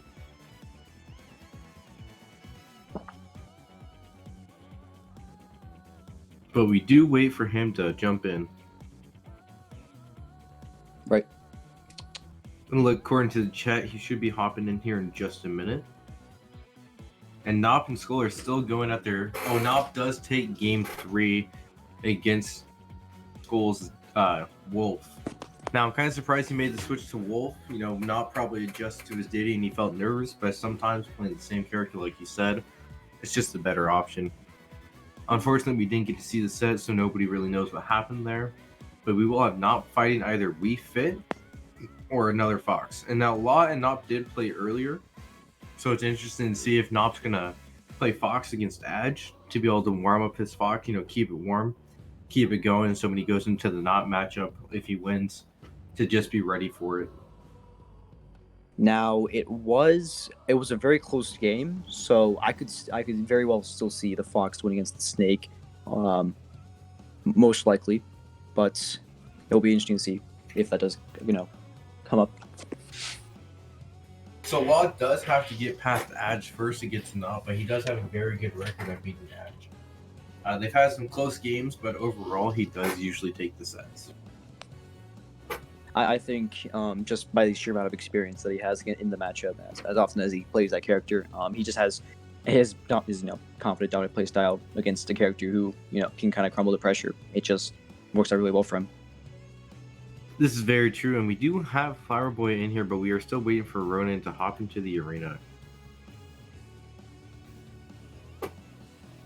Now, of course, we'd like to thank our non-official sponsor, Nintendo, who likes to mess with our online connection and not give us rollback netcode. And as you can kind of see, in an earlier patch, we might not have had as many connection issues or difficulties, but suddenly, they seem to be an issue, which is interesting to say the least. But I guess you can only ask for so much. So from what I hear, I believe Banana is Ronin. Switched it for a joke in his profile, but we will see if they play Chrome.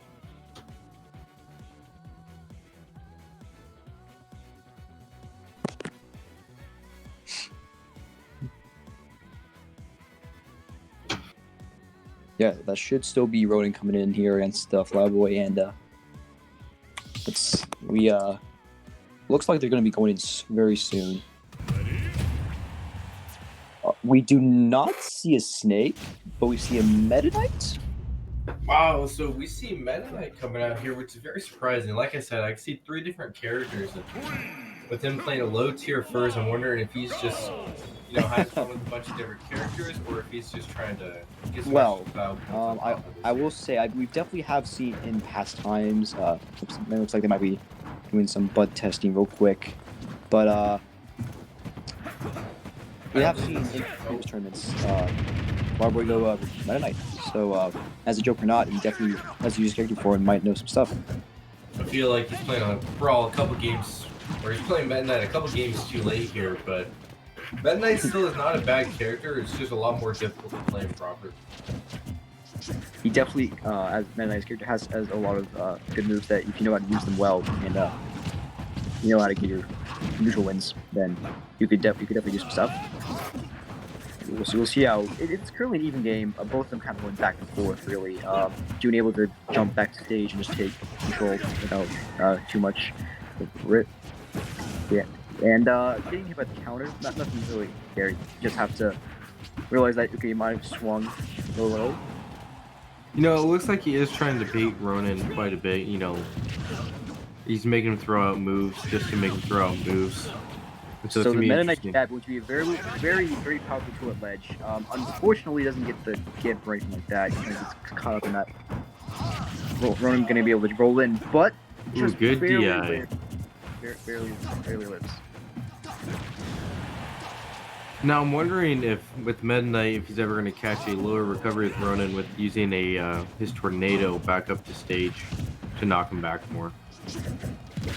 You could see that. Meta Knight does have a lot of options for edge guarding, and he's a very, very good character at doing that with a lot of great back air coming out of Ronin to really close out that first stock. Right. Trying to pressure shield. Oh, wow. He does get the stock for that. Ronin being a little too patient. Maybe June or Flowerboy here have the download on that. Yeah, it was a lot of shield pressure and forced a shield poke. There's really good stuff from Flowerboy, and we're going to see a lot of just waiting in Fusion's neutral. But Flowerboy gets an opening, a little bit of damage, nothing too big. He's going to catch the lane with a down tilt and get a combo off it. This is risky, it's scary. He's going to air dodge back to station behind. He does go for the second backer, trying to push Crown just barely too far out of the way there. Uses his jumps very well. A couple of jumps to delays landing. Makes up that timing there. We're gonna make, taking a moment to land to run the platform before you run the stage. Very good next to especially when he has access to a platform like that. And again, you can jump to delays landing. Not gonna get punished. Gonna get enough. He has a shield. Now we do see it's a very interesting matchup. Really, you don't see many Meta Knights in general, so it might be a matchup that the Ronin's not too knowledgeable in, because it's hard to find well placed and well. Ooh, just barely living that Jair. It's gonna be really good for Flowerboy if he can keep the stock, but he doesn't. Ronin does take it. It's gonna hit the ledge. He's going to play extremely patient, not going to just land at any silly old time. He's going to use his jump to mix that up. Although eventually, I think there's potential for Flowerboy, good enough player who's might be able to catch that habit if he keeps doing it without see another double jump in the air. But gonna keep stage control very easily by just kind of running in there. Now, as Ronin is up here, He's holding on to his second stock still. Very risky stock. Spots. He's Oh, alive. he does get the recovery though. So as Ronan's holding on to his second stock, I wonder if we're gonna see a character change out of Flowerboy after this one. He does get the down smash to take the Tomahawk stock. down smash catches just running. That was actually really interesting. Ronan trying to catch his landy, but not able to. Oh, he throws nice. him into a Baiting counter, the just the pressure. option. That was scary. You know, if he gets caught running, if it hasn't been hit with a lot of edge guards, more as opposed to ledge trapping, but you know, Flowerboy could go for the mix-up, and if he throws him off stage,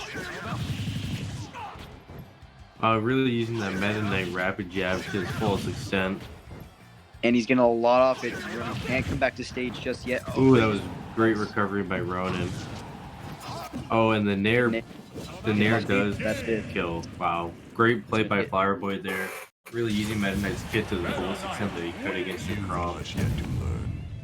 Flowerboy definitely had a plan coming into this matchup with Meta Knight. He played really well and used Meta Knight jab to his advantage. Very powerful two-head ledge. So now, I wonder if we're going to see a character change still, though. Because Meta Knight, it worked out, but it was kind of a close game. Does Flowerboy want to switch up characters to something that's a bit He more could commanding? change his mind. He could be feeling something different. It's all up to the player, but we could see something like that. He has been playing Cloud and Peach previously in this tournament, and now he did pull out the Meta Knight.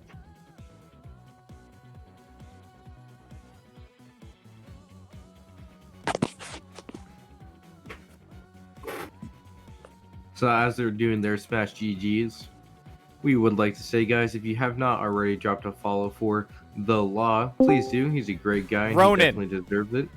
It's not even in the match though. You're mid set. You cannot be talking to You are people such- mid you are set. such a rule sticker. That is how the rules work. Oh, Such he a did rule that. sticker. I did it.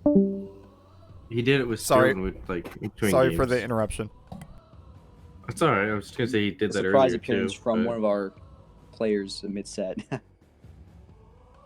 But That was our lovely host and Twitch streamer TheLaw. Integra. And as Ronan does try to pop in here and ruin our amazing commentary, he has been removed multiple times. So yes, that is actually Flowerboy 1-up on Ronan right now. Interesting stuff. So for most of the tournament, Ronan has been able to safely go by with his Crom alone. We don't know what's going to be happening next, but we wait in anticipation. Yeah, so it's gonna be very interesting to see like how Flowerboy approaches this next game, because he is known for having just an absolute kit of characters.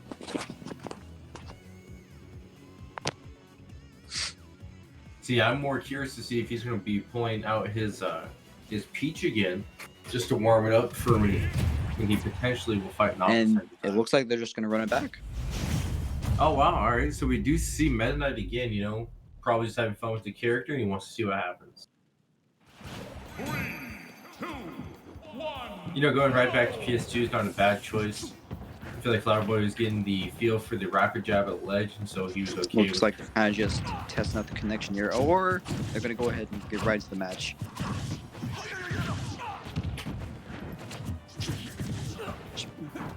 Still going to catch Ronan. Ronan's option the ledge. Just air dodging up, just going to barely save Ronan.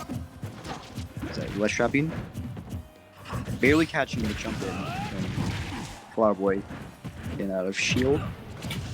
Just a little undershooting there, not getting there in time to catch him. Relatively even game from both players here.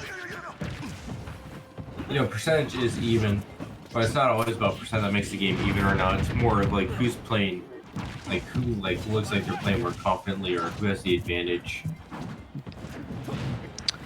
Now I do see that Ronan is just moving around a lot. Like he gets the hit, and trying to get an air to air there with back air.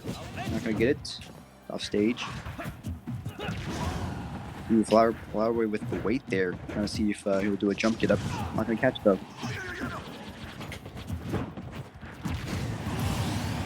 Oh. Ronan does take the first stock. Looks like, yeah, that hit. Flowerboy throwing a couple of forward smashes. That is actually a viable option. It's gonna that move's gonna be safe on shield and very low end lag in general. So, and more of the same from last game. They take the stock from jab and ledge. Going to be very difficult for Crom. Yeah, there. It's a very good option for Meta Knight, you know. As the character isn't considered to be like too high up in any tier list, good players do make him look good. I mean, also use the fact that he has rapid jab does counter against Crom, so it's very well played. Now, at the end of the day, despite what the average show is going to say, any character really, especially in this game, as long as they have, they don't need representation to be good. They have to have good tools, and just like that, we see down tilt on shield. It's spaced, gonna be safe. Gonna keep rolling disadvantage, catching jumps, kind of pulling that every active back here. And it looks like that's another stock. Once again, see, I'm curious if Flowerboy is just going to be staying with Meta Knight, he's just enjoying the character at this point. He looks very confident with the character. It looks like Flowerboy's actually going for back air instant dash attack, which is a nice little bread and butter, but he still has a good lead over Ronan. He's in the corner though. Ronan's sledge trapping. Gonna get that. June kind of just jumps over, not nonchalantly, not really scared of anything. Mostly because Ronan doesn't want to overcommit. He's not gonna go for a hard call. And that's it. His jump is gone. Recovering there. He's gone. He's out. So now going into game 3, like if you're Ronan, what do you do here? Like, do you choose a different stage? Do you try to go with something that has slants on it? Try to prevent that jab from hitting so early? Maybe you even go a stage where he has a platform to air dodge to if he's high enough, or even if he wants to stay Crom, he's gonna have to think long and hard about what kind of character he wants to switch, or what kind of stage he wants to do. I feel like if I'm Ronan, I want to go to Yoshi's. There's slight slants, so if June stays as Meta Knight, the jab's harder to hit, like doesn't hit as early, so he's a little bit more safe. He might be able to gauge his recovery a little better. He can kill off the top more early, so it can Meta Knight though, and then it also has fairly short sides, which is really good for Crom F Smash. That would be a good pick. Definitely has its benefits, and so stage-wise, we're gonna see real quick, real soon what Ronan has in mind. I think staying Crom is like, it's half the problem here, because staying Crom, it's doable, but you risk getting gimped like that. I'm pretty sure every stock he lost was to getting gimped by jab there, so it's something to consider. See, that's fair, but who else does Ronan play? Personally, off the top of my head, I can't name any other character, but exactly, I'm sure. And that's part of the issue. It's like when you only have one good character, it's hard to counterpick. Pichu. I'm in the same boat with right. I was gonna say he's probably gonna play Pichu. And Ronan is down, according to our streamer, by 4 games. That's kind of a crazy comeback that he has to make here. Now going into game 5 here, apparently. But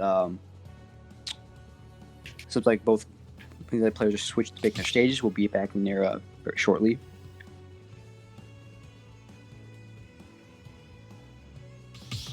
So now, so they're both saying PS2, which I feel is like just not a good choice here. Since Ronan doesn't really have a secondary that he falls back to just Crom. So if you do go to FD, I feel like this is a better stage choice to PS2.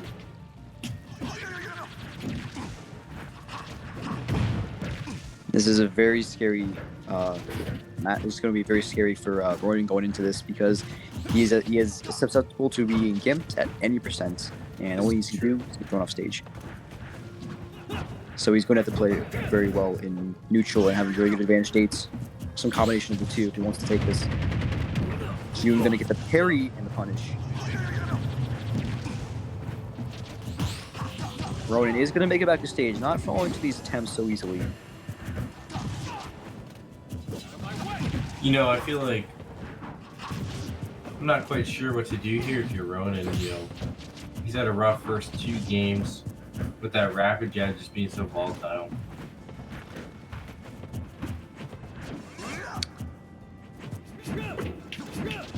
Throwing out a couple F matches there, not necessarily it works. It's their left charm, I guess, but he's getting a little antsy because he's going to lose stock for the ads. Yeah, you know, he's down. Oh, and he brings it back immediately, though. I feel like It was the mind game. He was Flowerboy was like, "There's no way he's going to do it again," and it works. But Flowerboy taking a little bit of stage control there. And as well, he's doing a little dance, just messing around at this point.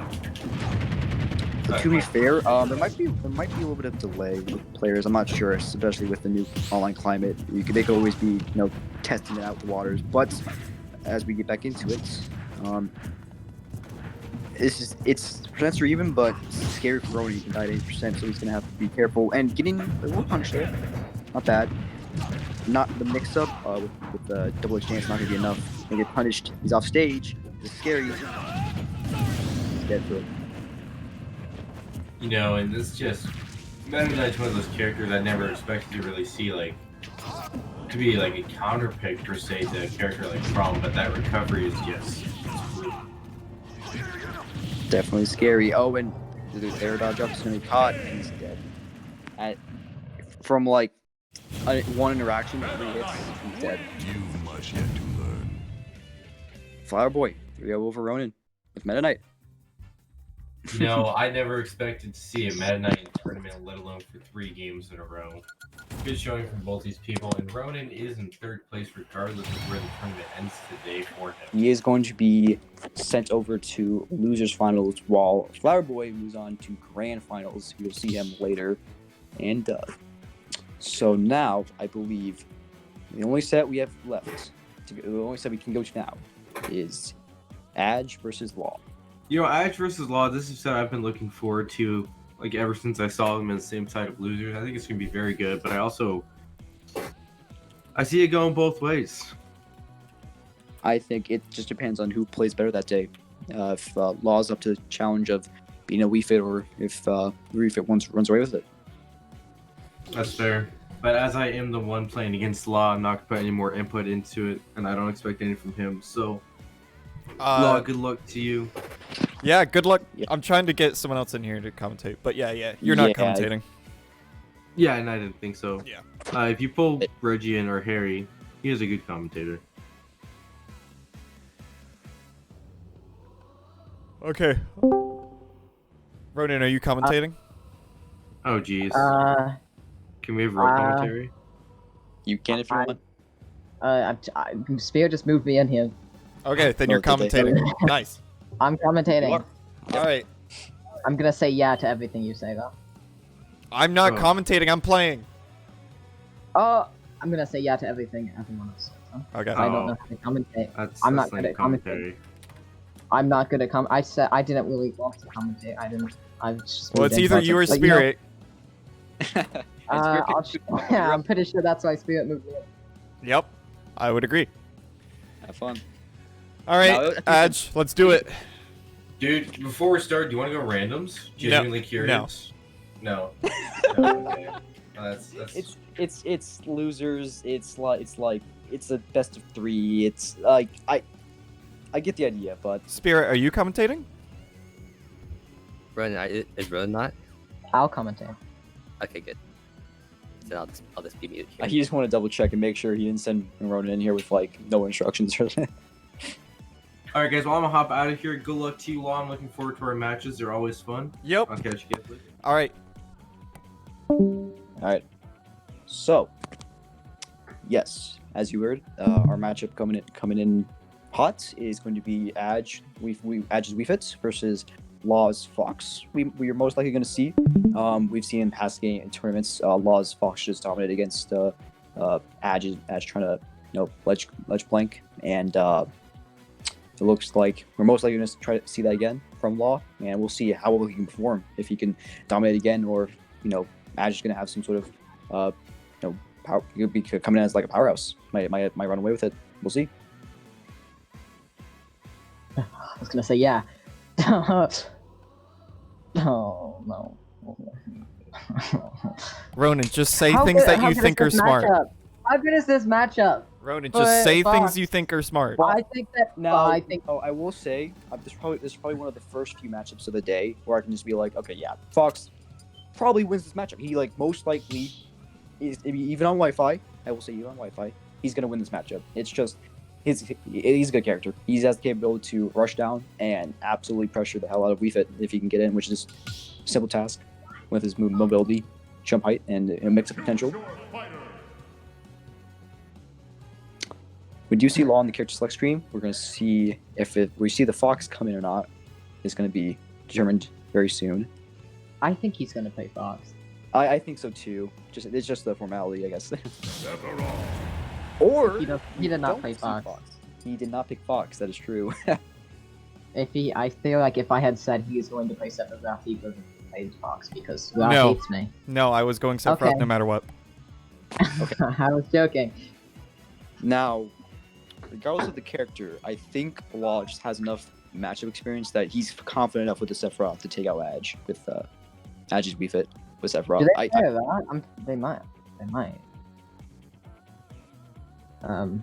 Wait, I can't commentate.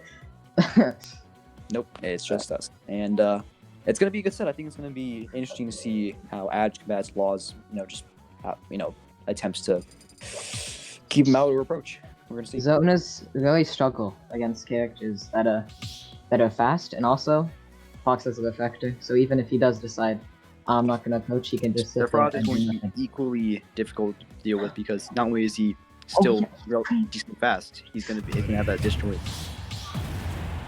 And that's right, we're going into it. WeFit versus Sephiroth. Gonna be a good game. Immediately we see a header. Please do that. Yeah, immediately is trying to get as close to him as possible because if he gets far away, then that's gonna get WeFit, like a form of advantage. Law is absolutely in ledge trap mode. He's not gonna let Adge get away with his stuff. Going to block that header. Just kind of throwing out these tilts, and it's working out. You either have the shield, you're forced to do something, or you get hit.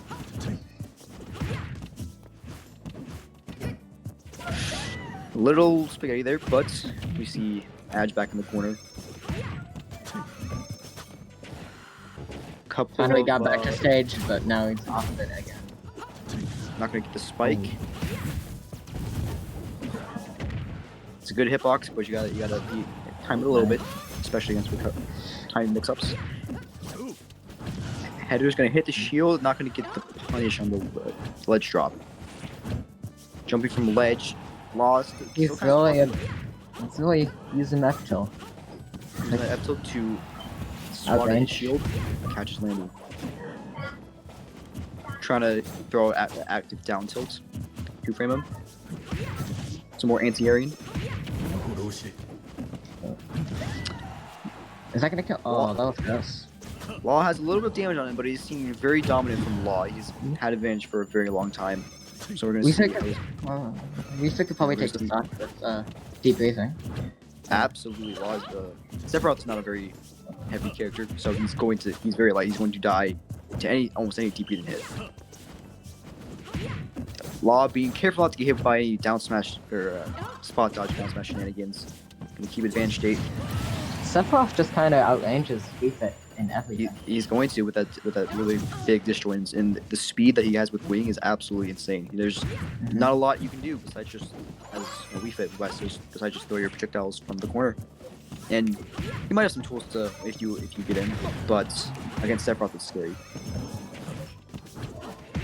Not really gonna have any options like camp, and Law's seen through it. So right now is going to be a very determining factor if Law can get a lot of extra credit before Adge secures the stock. Sephiroth is just outranging him, so he can't really get in and use any of his kill moves.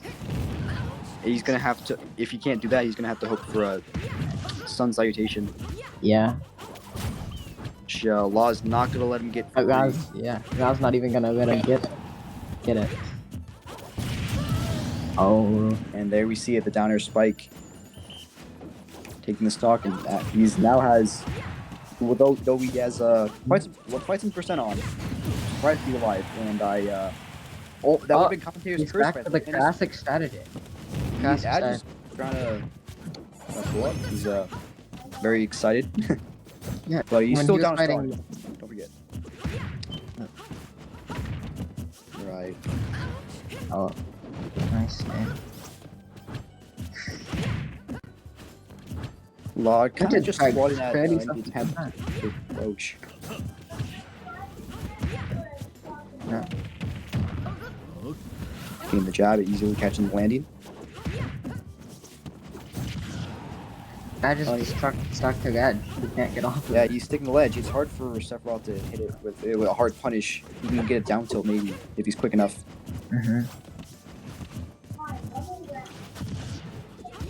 Law kind of running in there, trying to stay safe with showing up close. Not a lot that we can do. They're too safe, and even then they give him space because they have the force to dash back or choose an option. And getting hit by the F tilt there, but still up a stock. And Adge might be swatting, but Law not taking too much damage. He's just kind of doing his thing, what Sephiroth does. And he's going to take the stock for that unnecessary charge there.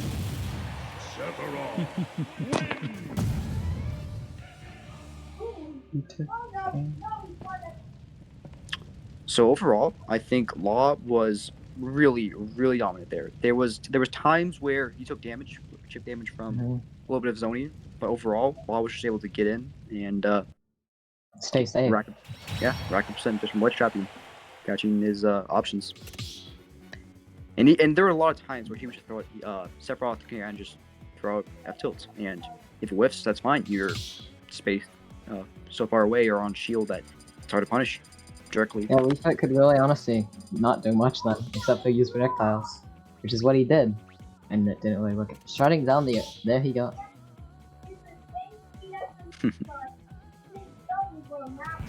I don't think ABGE is very happy. Unfortunately not. He kind of got taunted bodied a little bit, but we'll see what happens going into the next game. If he has, it's going to be hard. It's going to be hard for him. Sephiroth is being such a dominant character in Law, being very proficient with him. Again, getting hit a little bit while trying to zone with his back there. It's going to take a lot of damage here. He's at ledge. Adgeathren is going to give him a little bit of space so we can camp some more at ledge. And using a lot of projectiles here. He's with that deep breathing on deck. They're going to do a lot of damage. So Law has to be very careful here. Well, even though he's down a low percent, it's still not. It's not enough to force him to approach. He's going to hit with the grab and going to get hit by that. He's just kind of getting swatted away in his approach attempts. It's gonna be hard in general to practice some of those. The last stage they were playing on was Battlefield, yeah? Or was it something else? Yeah, he does. Yeah. Law does have less platforms now to deal with. Yeah, he can't really. This is, I think in that's fact, better fit. We've its best stage, a very good stage for camping with less platforms and whatnots. But the Law is not he's alive, and Adge is not gonna catch the landing, but Law does catch the rollouts. And off stage, kind of overextends, loses stage goal, but now he's back in. Probably wants to take the stock right now because Sephiroth has the ability. Ooh, he looks like Adge is alive, and weird situation there, but and we're gonna lose it. For, he's got a bit ham. Got a bit ham on that T-back. He's feeling himself. He needs to kind of stoke himself up. It's gonna be hard, so he has to keep his energy and keep his head in the game. But this is still anybody's game. Law just needs to take the stock soon and hope he doesn't get too much extra credit. And getting the tech on the side of the stage is going to be very important if Adge can keep the stock too much longer. Any hit right now is going to kill. Law just like he wasn't able to get anything. Not any extra credit for this stock. No extra credit. Again, as you kind of feel himself, kind of pipe himself up. Gonna catch the option shield. Oh, still feel himself. Trying to go for that cheeky little stock, and oh my god, almost died off that interaction. On top of that, sun salutation. He got a lot of percent super fast, actually. That was actually a lot of just domino effect, just getting a lot of percent, and while with the run up grab, able to finish that option in the corner. As getting a little read, just kind of running into that hit. Went out there. Maybe taking too much stage wasn't the best. You're just in, still alive. While kind of missing the punish on that. Unfortunate. Oh. He gets hit. Nice. Hit by that, just kind of barely. But does take the stock. And he's gonna get hit by more, pesky, just kind of chip damage. Oh, if you want to call it that.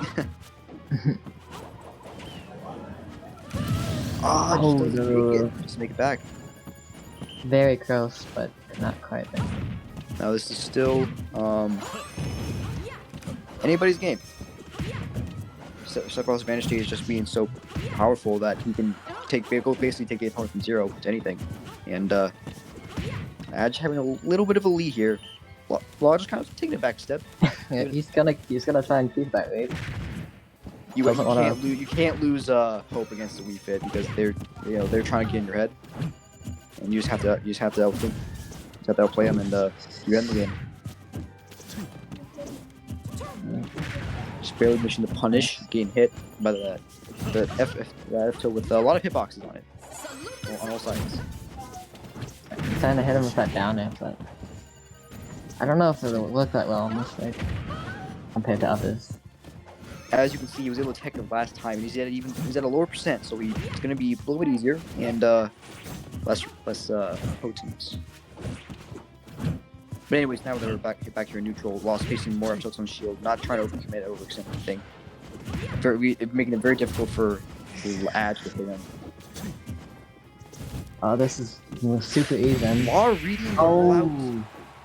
No, it didn't quite kill. That back air. Coming back to stage, with Adge gonna get the punish. Giving him all the stage, he wants the zone, he doesn't care. You gotta get through this minefield.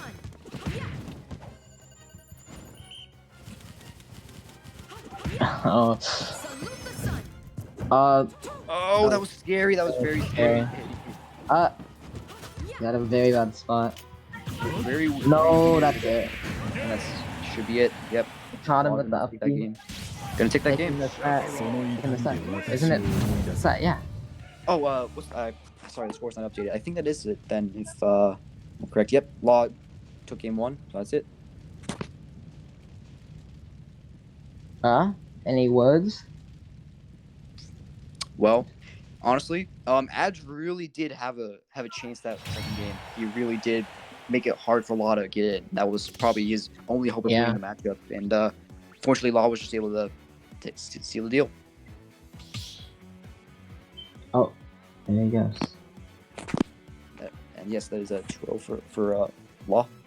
Moving on to loser semis against Nop, which is a run back from earlier this tournament where it was a close set between the two, but Nop was just able to just take it 2-0. And now that Law's Sephiroth is really warmed up from this bracket here, this losers run, we could see a Sephiroth against Nop if Law feels it, and so we'll have to see where that goes. And that is going to be our next set on stream, Nop versus Law, as we come to a close. We still have that match as semifinals. And then afterwards, the winner is going to be facing you, Ronan, in losers finals, and then Flowerboy awaits at the top of the tower in grand finals. So it's going to be interesting to see who of our 4 remaining players. We have Nop, Law, Ronan, and Flowerboy. It's going to be interesting to see who takes it. It's going to be a difficult run for our players in the semifinals. I'm assuming Ra's gonna go Sephiroth for this set since his Fox can't really look out. How close were those matches actually? They were close, I think, if I remember correctly. Hi. The second one I should have taken, but nah, he clutched it out. He was good. We're gonna take a short 2-minute break, and then we're gonna come back. Okay. Sounds good. Thank you, stream, for tuning in. We'll be right back.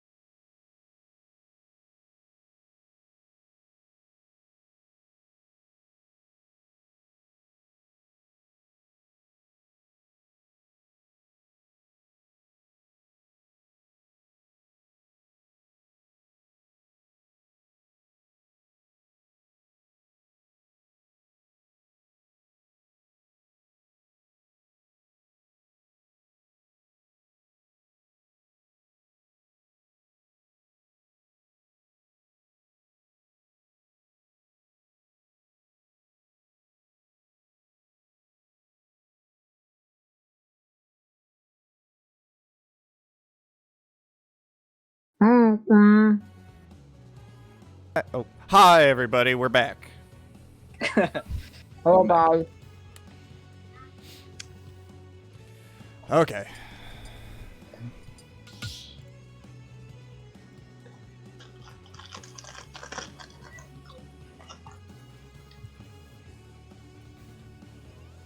Are you guys gonna keep commentating? I'm still here, yeah. You could probably switch me out with ADG because I'm not very good at commentating. I would be willing to bet that he probably doesn't want to commentate right now.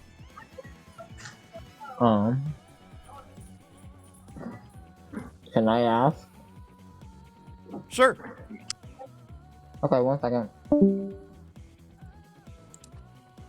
Honestly, if you want someone else, that's fine. I'm perfectly okay solo commentating. If no one else can. Okay, dude, you're crushing it. Thank you so much for joining and just commentating out of nowhere. Yeah, no problem. The least I can do is help out this way because I can't play that much. But yeah, it's good to be back. Your suspicions were correct, though. All right, that's fine.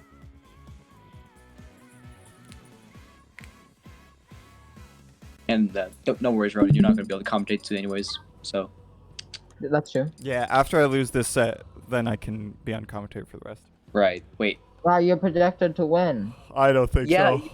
To win. You gotta win. You have to win. You have to beat. You have to be the. I don't know. You have to All be right, the smartest I'm person. going in. Thanks, guys. Good luck. Also, good luck to Nop. No bias. Yep. Good luck to both players. We are going to loser semis here. That's going to be Nop versus Law. And again, as you might have heard, this is going to be a run back from earlier in the tournament where we had Nop's Snake versus Law's Fox. But now we're going to see the swap to Sephiroth. Right away, he's not going to have any of it. We're going to see the Sephiroth. He's going to have to go at it. And Nop with the early crouch, he's not going to want to get hit by that Shadow Flare. He knows full well the potential of that move. I actually kind of wonder who like. I mean, I'm sure probably Snake wins this matchup, right? I haven't seen So, much like- of the matchup, so it's gonna be well, let's think about it. So Snake, while he's a good, he has a lot of good options, a lot of good tools. I mean, grenade primarily and C4 and whatnot. So really good zoning potential and just setting up traps. Sephiroth also has a lot of movements, and I think his disjoint is gonna help him a lot to hit grenades without getting hit himself. Yeah, I think, but in this situation compared to Lisa has a lot like slower projectiles. That was a And nice. he can- That was a good read. Good read. Getting the stock with that up tilt. Ooh, not gonna get the shield I break hit just him. yet. Not gonna hold on to that shield, that stock, and we have a full stock up on Law right here. Already at 49%. He got that extremely quickly. He's probably not going to lose his stock. Nop's gonna be racking up a lot of damage by throwing grenades and whatnot, throwing in his hitboxes. Ooh, he's gonna hit that C4. Gonna be devastated. Oh, getting the jab grab.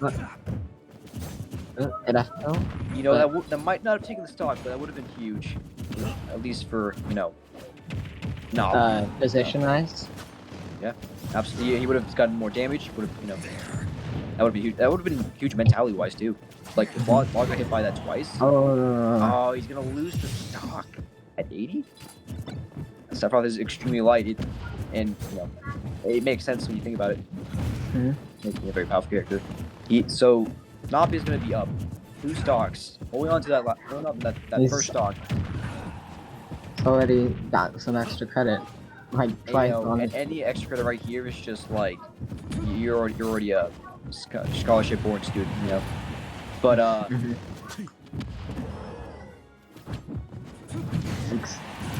nice. I was gonna take that struggling stock to take that stock. Yep, gonna take the stock. And he's got sticky on Law. Where is it? Trying to follow it.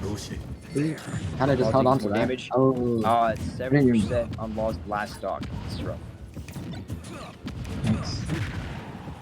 I was just struggling to get any Nop percentage. is utilizing crouch a lot, and we've already seen it from the start of this match. Yeah. Yet he is That gonna it? hit. Yeah. He's gonna kill. that is a dominating game from Nop, just showing how Yeah. strong Snake can be and how proficient he is with the character. Law losing his stocks really early and really convincingly. What is Law's play here? Because the Fox was honestly did better than Sephiroth. Yeah. I don't blame him for going for this. Yeah, I think the Fox in this matchup would look better, and also he was doing better than Fox. And assuming what you're saying is true.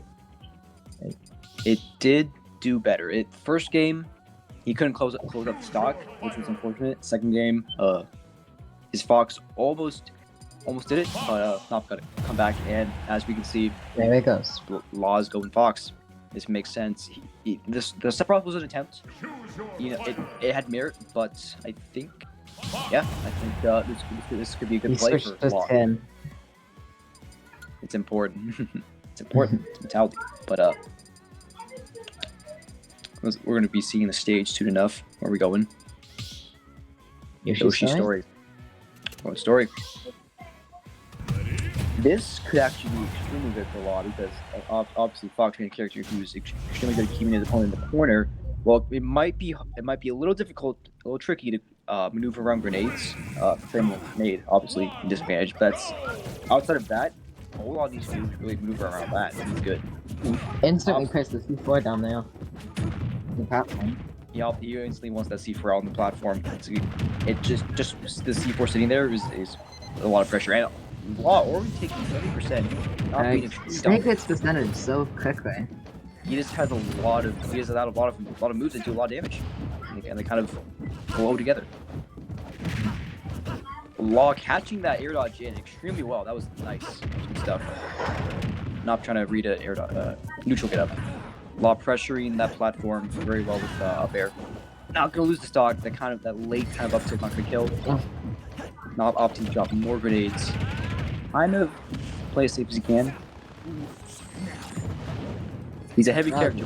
He doesn't want to lose the stock off the top. It's like an up air. Yeah, this is super even. Both characters get to take the stock back right now. Except It is more like Law's moves stock first, just because of the nature of the character weights. But we could see something big from Law. Fox can't really. What I think was enough to just kill them, and he's gonna get a nice little read. Good up there. Calling out the jump. Nice from Law. 2 grenades.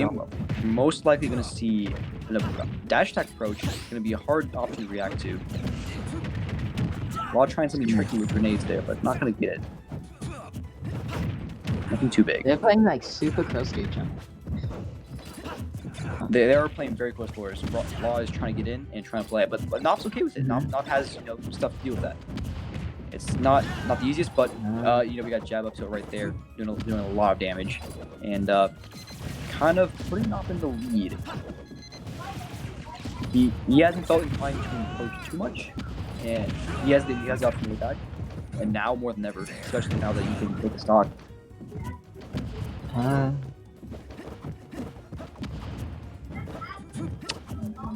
We see Law kind of dancing around Nop. He's not trying to lose the stock too early. He wants to play safe. He's trying to find a way in. The up smash was a little risky. Not gonna dodge that. And timing mix up with the uppy there. Gonna catch that jump. Nice. Now, Law has absolutely very little inclination to approach when he can lose his stock at any waking moment. But laying down is going to be safe enough. Shield poke. What do you do is not. You got to throw your, honestly, if you don't want to approach, you have the option to throw your projectiles. You have the option. In fact, he is going to take it. He just kind of. Nop is all over the place. He is using his movement. He's using his grenades. I just need to get a bunch of damage here and then find a way. It is very scary because this is the moment right here. It's even game. It's a moment where you make a play, and it's gonna decide the game. Nice. Okay. And right here, the backer just barely not gonna hit, and backer's gonna be safe. Law's gonna keep stage control, but not getting hit by everything. Not gonna get hit by this stuff. He's just gonna throw his grenade instead. But he does. Nop's in a terrible spot right now. He's not in a good spot. Fox doing what he does best. He's in the corner and the Nice. Catches the hang on crack point. Mission complete. It doesn't look like Nop get a get up option yet. I think he just happened to get the two. He got the hit. He hit the ledge. That was insane. That's gonna make it 1-1. Fox really outperforming Sephiroth. I do not think we're gonna see a switch from either players. But going forward, it's gonna be insane because that game, Law at the end there. It was even until Law kind of just popped off. He really showed how powerful Fox can be, and trapping his opponent.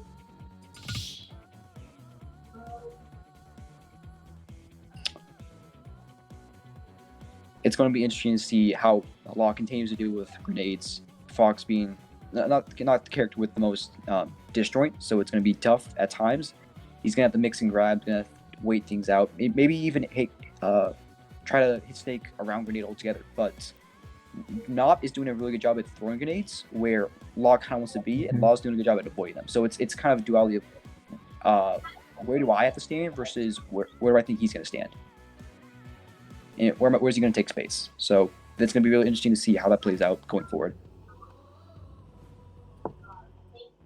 Looks like Law's back. We're going to be picking a stage shortly. We're going to see where we're going to be going for game 3 of semis here. And this is going to be the last game of the set. Whoever wins is going to take it, I believe, into losers finals, where we'll be a best of 5. So this next game is very important. Let's see here.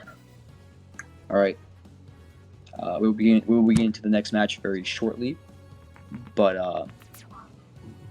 I guess for those of you viewing, if you've been enjoying the stream, make sure to leave a follow if you feel so inclined, and that would be great. Anyways, I think for this last game, it's going to be a lot of. We're going to see how the adaptation and the data from the last few games have come into play, because at the start of each match, we really see someone making a call out or like a hard read decision where they kind of want to really get in and get their game plan started, which is really is a good strat, it's a good plan, and we're going to see how that plays out coming forward.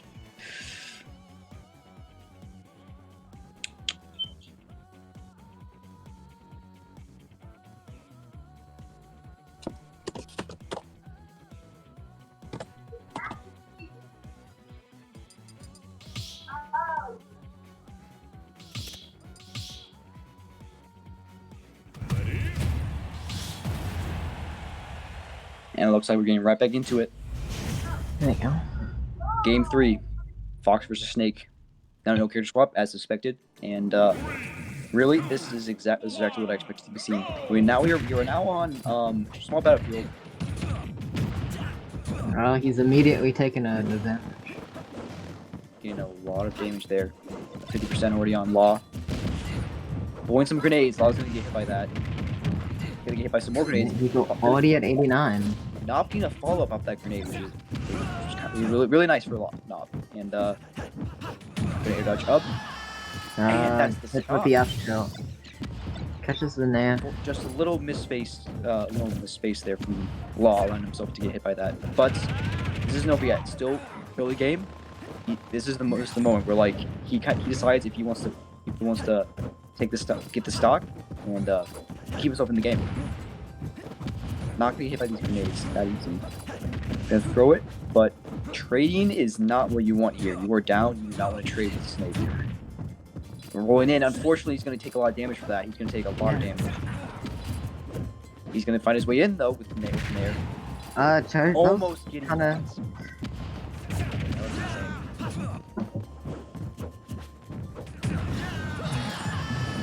That kills. Gonna die off that. I think that there was little to no DI in that, if at all. So he's gonna die for that, unfortunately. All it takes is the accidental flick of the wrist, and I think this could be it for Law. He's just unable to get through this minefield, and it's gonna be hard. It's hard for him to sell the stock, especially on a character like Snake, who just forces him to approach. And if he doesn't find an opening, it's tough. I was at a very big disadvantage here, but he can if he Yeah. plays super well, he can probably make it back. This is looking very rough. It is going to take a lot from Law. It's going to require a lot from Law to win this because he has to approach this snake and he has to get through this minefield. But he's Good going up to take there. stock. That's the first step. First step. He's at 70. He's very close to kill percent. One more interaction, and he's very well at kill percent. That's all it takes. That's C4. Not using his minefield to just absolutely pester Law. It's gonna be a little bit of a improv. This is looking very tough. Getting the dash attack. Literally anything is gonna kill him. Yeah, I can up tilt. Especially that up tilt. Dash attack not gonna be the safest move on shield. And that's gonna be it for Nop takes it Nop. 2-1. Over though. That's the set.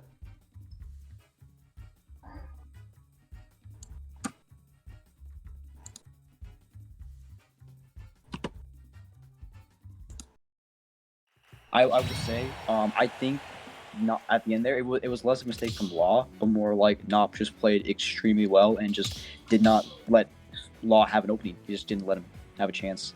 And just the extreme damage output of Snake really came in there and just really showed how much damage he can output. And Fox's weight didn't really help in the equation at all. It was an unfortunate second stock, but good games all around and good stuff from both players. Ronan, is that your fire detector again?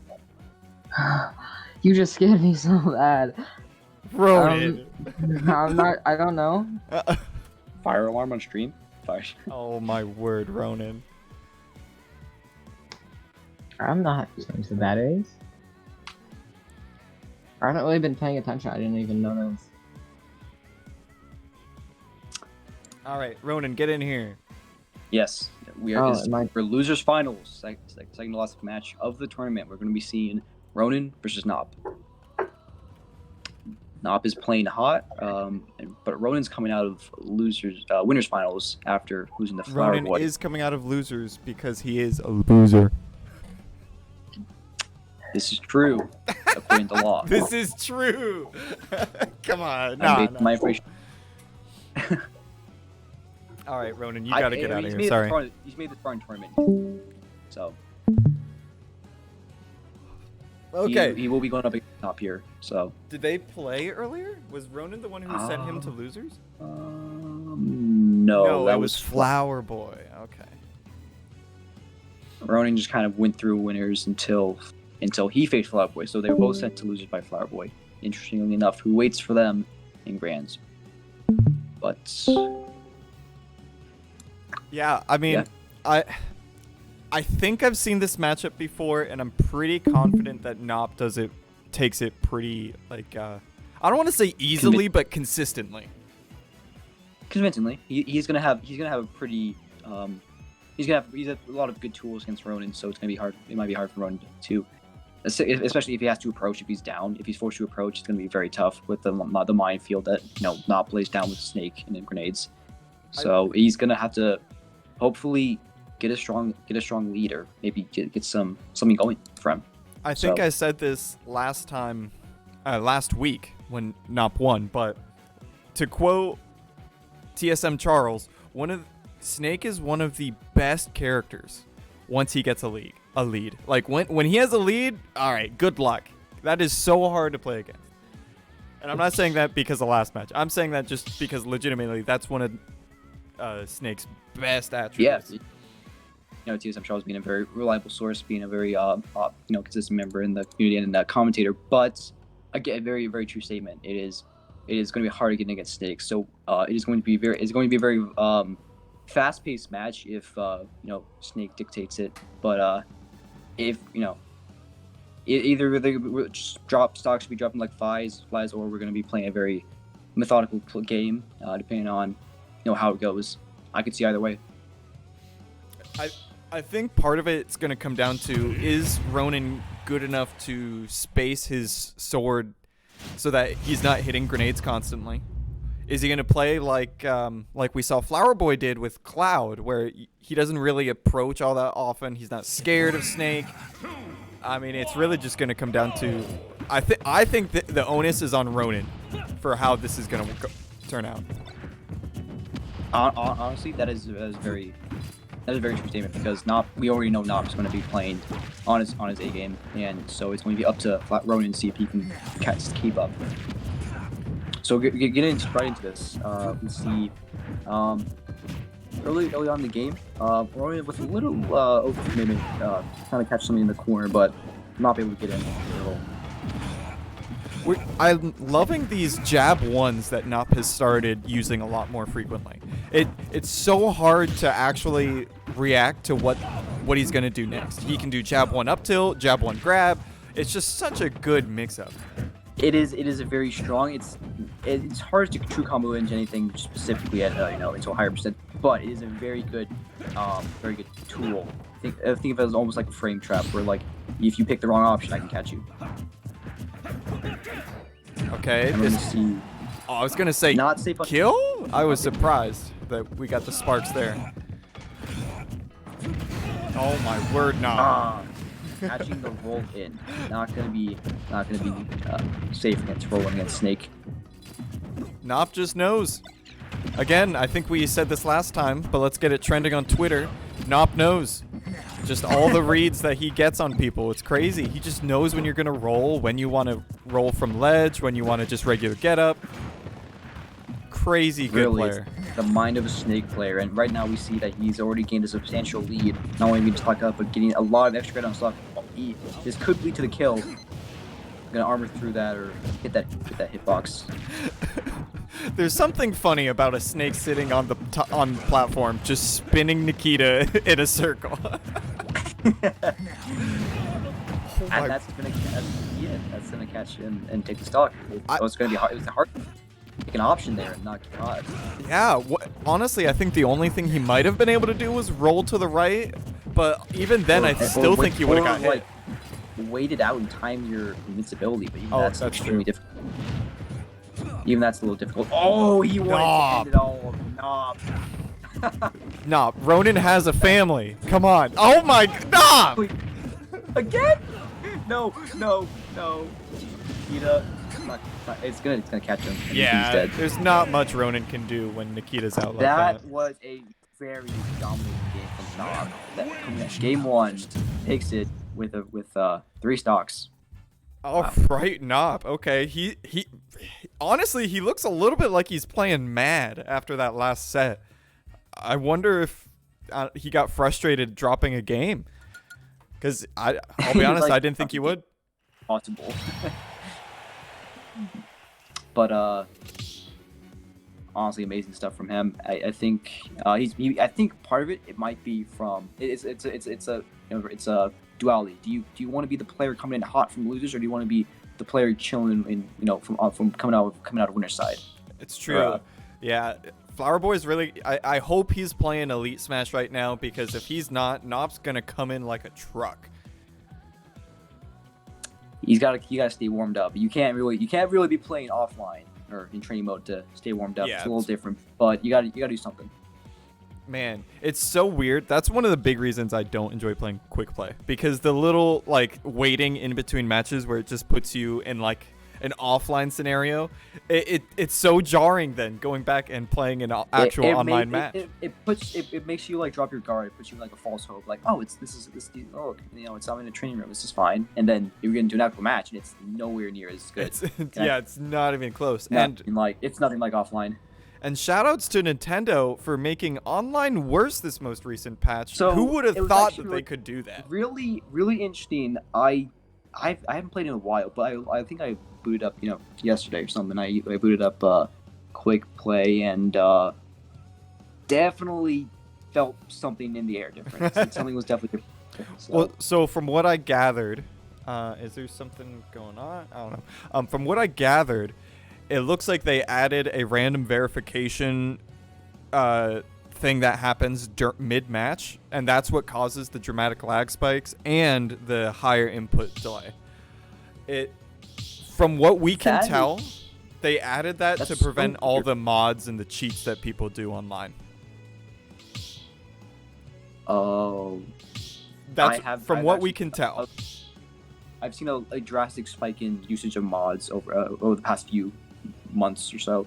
So or at least the past month or so. So I guess from Nintendo's side that makes sense. And we actually see a character pop from Ronin. The Bring out the Pichu. Dude, he's gonna die at like 20 from up tilt.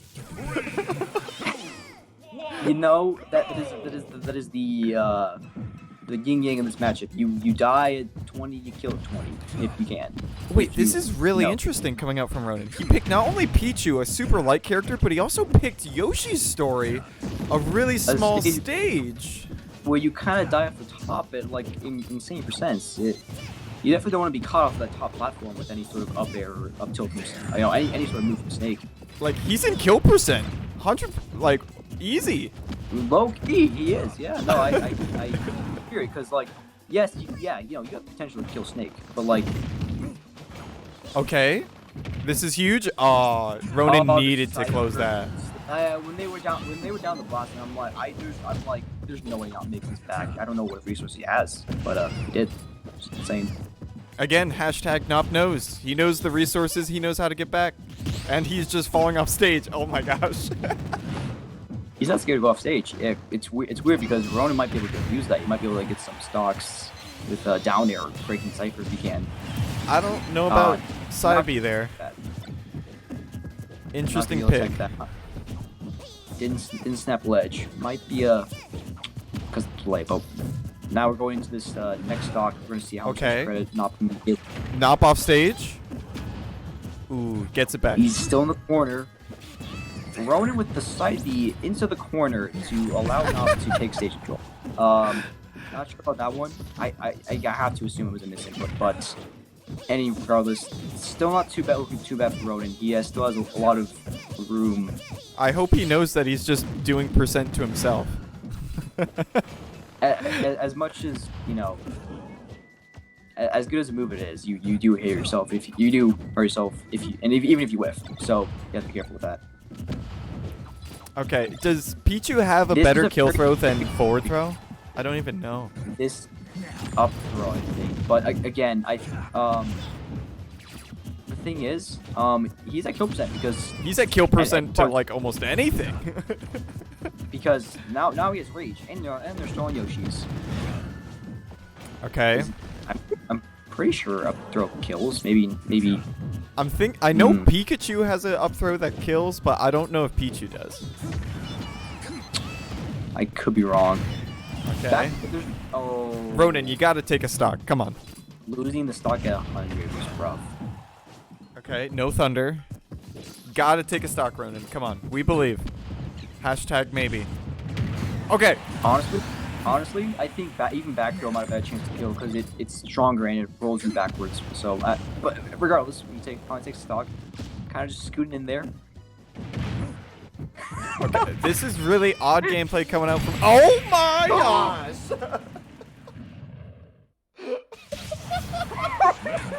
The turnaround too. Oh my gosh!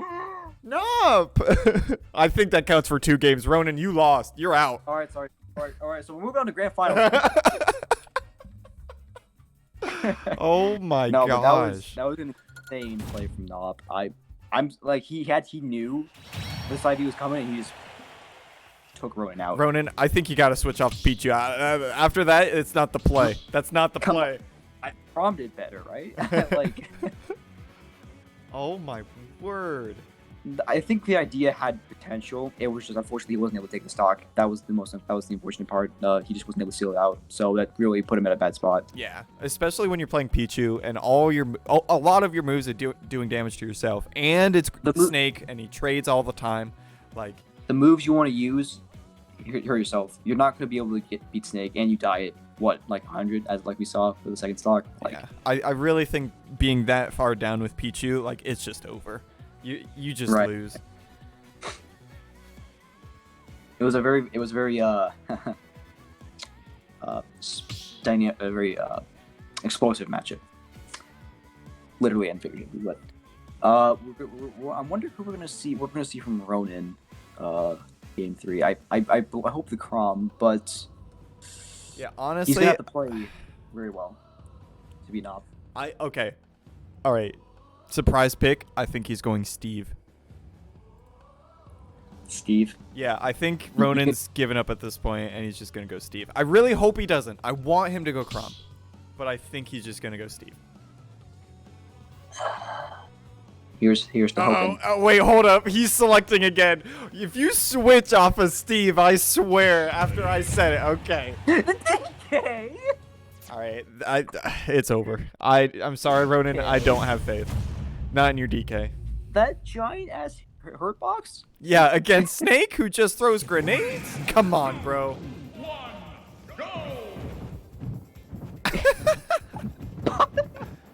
What am I looking at? So welcome to Northern Smash. So as you can see, we have a lot of top level games going on. Okay, so I wonder if. Okay, we're going into it. We're actually into it now, which is good. I don't know what his game plan was, but I don't think he has a game plan. I'm gonna be honest. You're just so big, like you're not gonna avoid grenades. I What do suppose you you're gonna do? die later. I would say, look. Assuming that this is a mimic, right? But like, if you want to actually want to have a chance, DK gets a lot of grabs. So you want to like tomahawk and like they, condition that machine, right?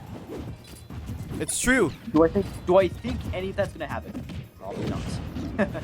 But it's yeah, he is. Oh, he's dead. I like how you go on this long monologue about how DK could actually do it, and then it's just, and he's dead. No. Oh, the parry? Nope, no punish. Nope. Okay. The spaghetti. Dash Okay, attack. actually, it's a Okay. dash attack. Back, you're not gonna hit. Nope, that's not gonna kill just I'm yet. calling it. Nop's gonna go for a fair. He wants that spike. I can feel it already. It's an even game. I mean, All right. I mean, this is looking better for Ronan, I guess. Okay. Well, yeah. Okay, but the Pichu, that we knew that pick wasn't gonna work out. I still think the Crom was the pick, it but was hey. it was very explosive pick. You have a lot of room to go wrong. Nope, I don't even know what you're going for anymore. What the crap? Wait, he just cyphered up there like going up. Yeah, what? Is he trying to do like the whole Olimar crap where you use the up B to get higher? Olimar, duck hunt, characters who don't go into free fall just yet. But anyway, now we're here. DK, spinning Kong in the air, surviving, Okay. not gonna get punched. Still alive. No. He is C4'd though. A little wiggle with the cipher. I don't know if Nop tries to be funny in his gameplay, but man, he is one of the more looks entertaining like snakes that I've had the pleasure of watching. I recently remember seeing Alan Dis Okay. Oh, it's even. No. Ronan? No, don't give me hope. Don't give me hope. Yes, Ronan. Please, just I don't want you to win like this, because then you're gonna think your DK is good. He's gonna come back and call me like my DD is nasty though. But my DDD schmovin'. No. Okay, well. Okay, Oh Nop my does gosh, have a- Nop, just kill him, Nop. No. Just kill him. If Ronan gets another hit, I think he has a chance. No, that's it. Down throw. That's it. Yep, that's guaranteed. That was.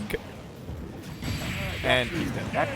At percent, maybe, but that is gonna be it. Yeah. FTL versus big characters is guaranteed at pretty early percents. It's kind of sad. No, that's unfortunate.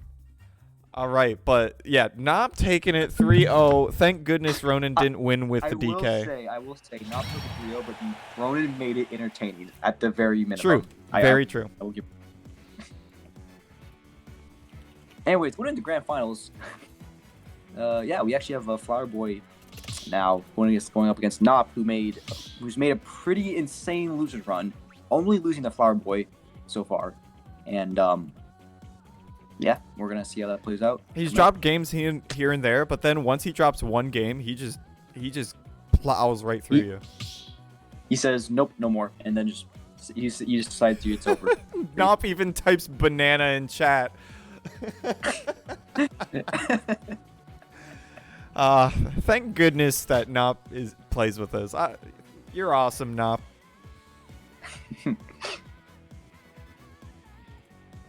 Although I do have some questions as to your Discord picture, because it's Steve, but then you play Snake. Like I don't understand, but you do you. Well, you know, Steve, Snake. They look the same, right? If you squint and like turn your head and then like look away and then look back, so it's blurry, like maybe. Hey, if I take off my glasses, I could see the resemblance. You know. Oh, true. Let me try that. Let me put glasses on. I think that might blur my vision more. But let's see here. This has been again insane losers run from Nop all around. Pretty insane losers bracket overall. A lot of explosive matchups. Oh, he has a Steve secondary? Nop, we gotta see that. Uh-oh. June in tournament says this is either going to be really cool or really stupid Lamau. All right, I think we're going to see some wacky picks coming out. Dude, like we're gonna hear ready, and then we're gonna see our brains are gonna go like out of our minds just because we're gonna see some wild ass matchup, and we're not. I don't know how you commentate like Steve, like how do you commentate that? I legitimately would have no idea what that matchup is like. What is going on here? Like they both camp. Like what? But this will be interesting to see, nonetheless.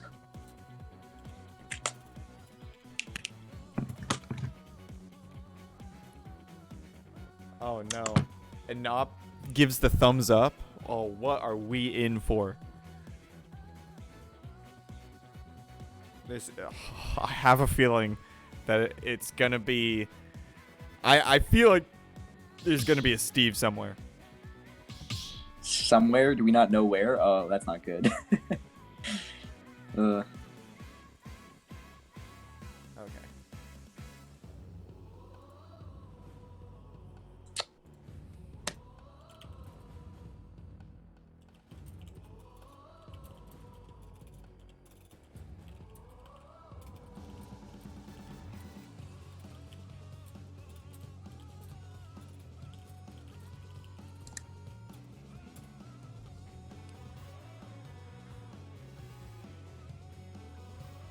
Okay, I think we're waiting just for them to do the Smash GG stuff. We had a little bit of residual. It took a little bit for the last set for them to clear everything up. But I think we should be just about ready to go in. Looks like it. We very soon we'll be going in. We're going to be seeing Game 1 of Grand Finals, Flowerboy versus Nop. This is gonna be regardless of who they go. I have no doubt this is gonna be insane. Forgot. Sorry, chat. I put the L next to Nop. My bad. Just so you know that we're talking Grands and Nop has to win 2 sets. This is true. Uh-oh, Nop adds June and says, "Why would you do this?" Oh no! What's going on? The anticipation's killing me. What's happening? Oh no! Oh no! Are they both going Snake? Hold on. If it's a Snake Ditto, we meet again. What? Oh no!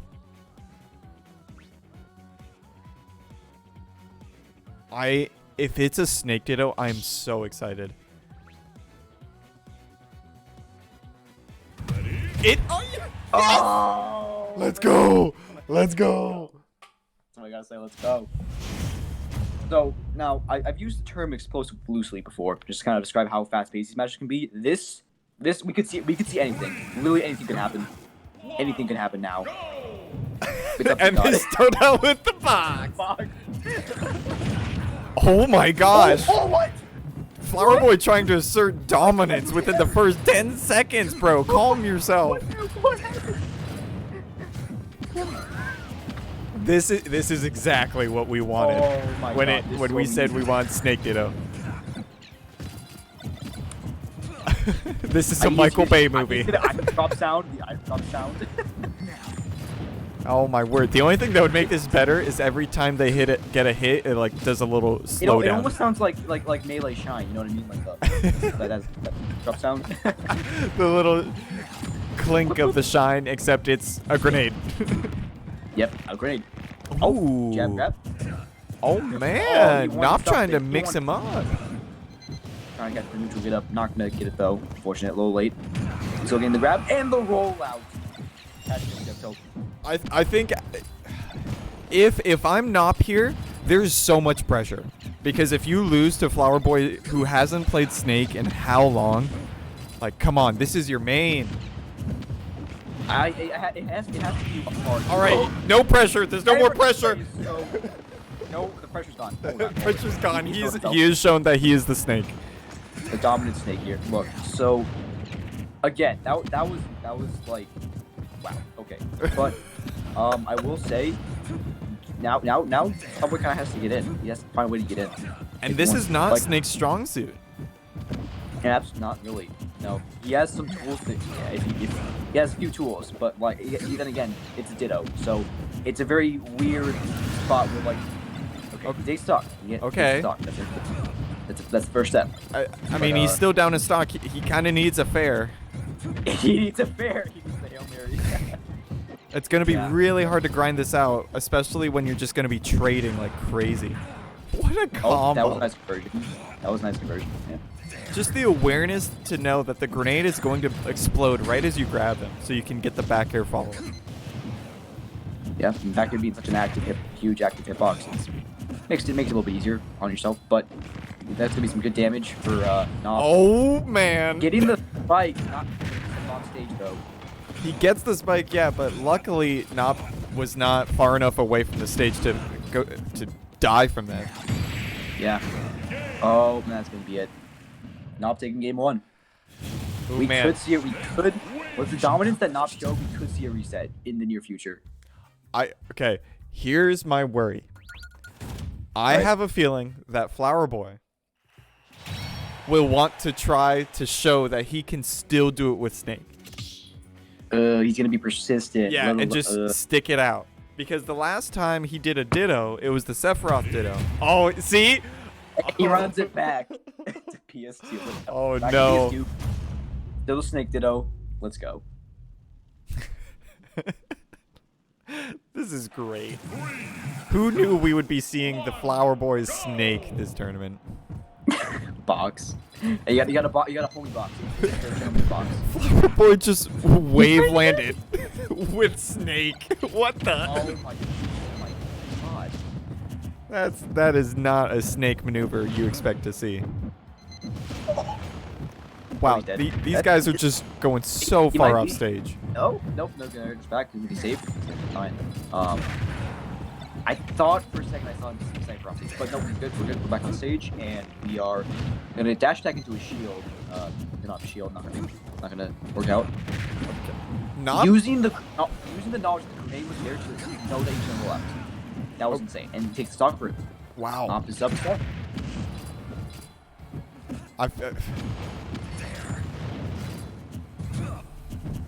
Flowerboy, I don't know how to tell you this, but I don't think up tilt's gonna kill yet. He's only at 25. Snake's good, but he's not that good. God, imagine. Actually, don't imagine. Please don't. Yeah, I really don't. But you know, actually, Flowerboy's kind of bringing this back to he's working on this. He's working on that stock. He's working on percentage, taking a little bit of damage into the process. But it's a Snake matchup. What are you gonna Snake Ditto? What are you gonna expect? How much percent does C4 do? It looks like it's a good 24. I could understand 20%. I'll actually look into this. That's crazy. It does so much. He does a Okay, lot. Flowerboy with the double up tilt. Up tilt, it works. If at first you don't succeed, just try again. And again. Yep. And again. Still works. It's Snake They up thought tilt. it You're was not getting punished for that. I thought it was insanity. Nope. It's Snake. June is down a lot of percent. He does have stage now. A lot of grenades.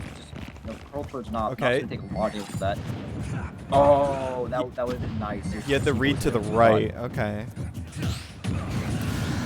another readout. A lot of rollouts actually. Just kind of get away from the situation, and you don't want to roll in versus Snake. There's a lot you can do with covering options, down smash and whatnot. So it's a read of like, are you gonna roll in or out? Flowerboy's got some interesting options that he's picking. He's going for a lot of stickies. He's going for some reads with C4. Right. Nop is just not giving him anything.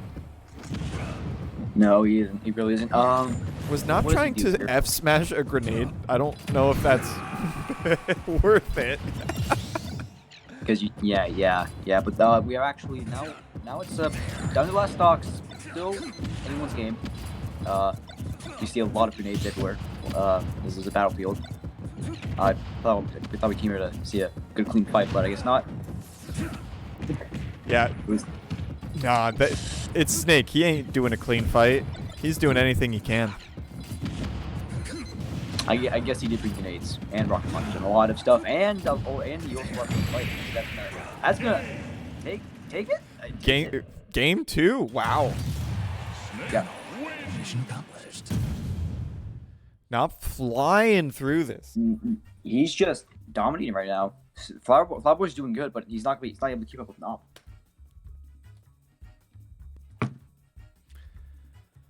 Nop up 2-0 over Flowerboy. He still does have... Flowerboy has a whole nother set to work with, though. This is true. Reset gives you a lot of room. So if he wants to out Snake, he has that option,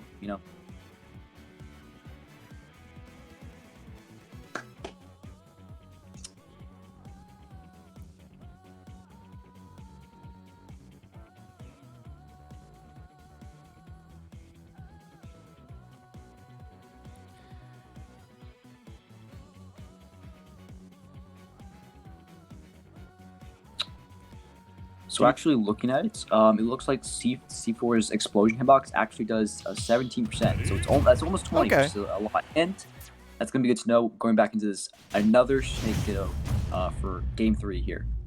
I wonder if Flowerboy loses this one. I wonder if he will switch off for the second set.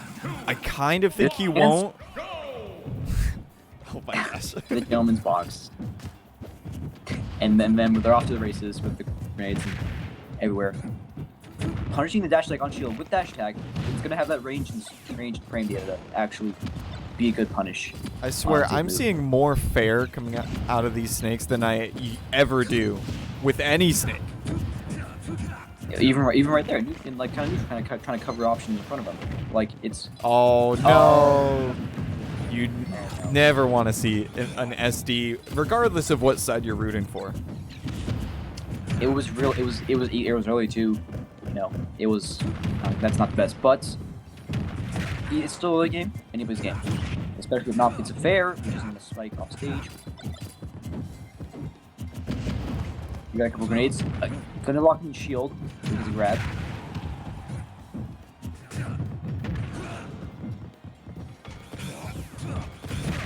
Flowerboy counting on a couple of smashes to cover areas, but Flowerboy's gonna get in. Or Nop's gonna get in. Not gonna get hit by jab shenanigans. We're gonna go for down smash. Get out of there.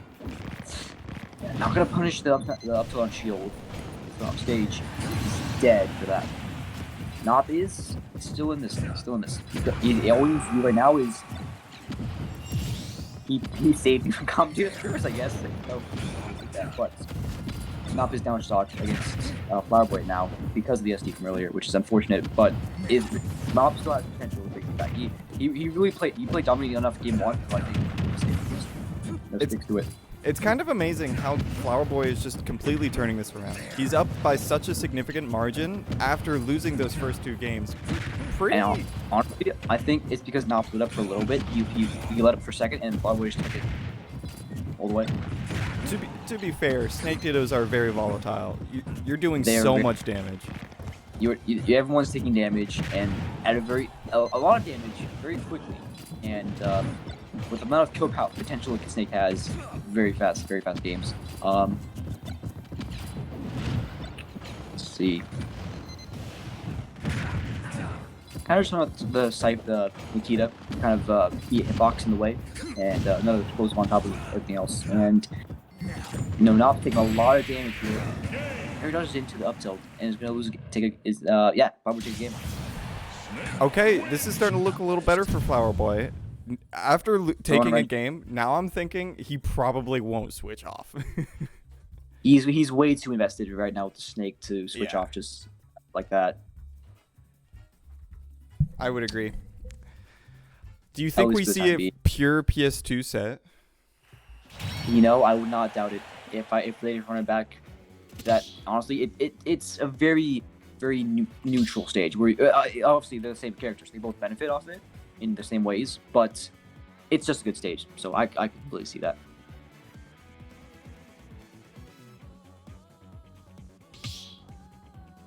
Oh my word, what's his name? What's that actor's name?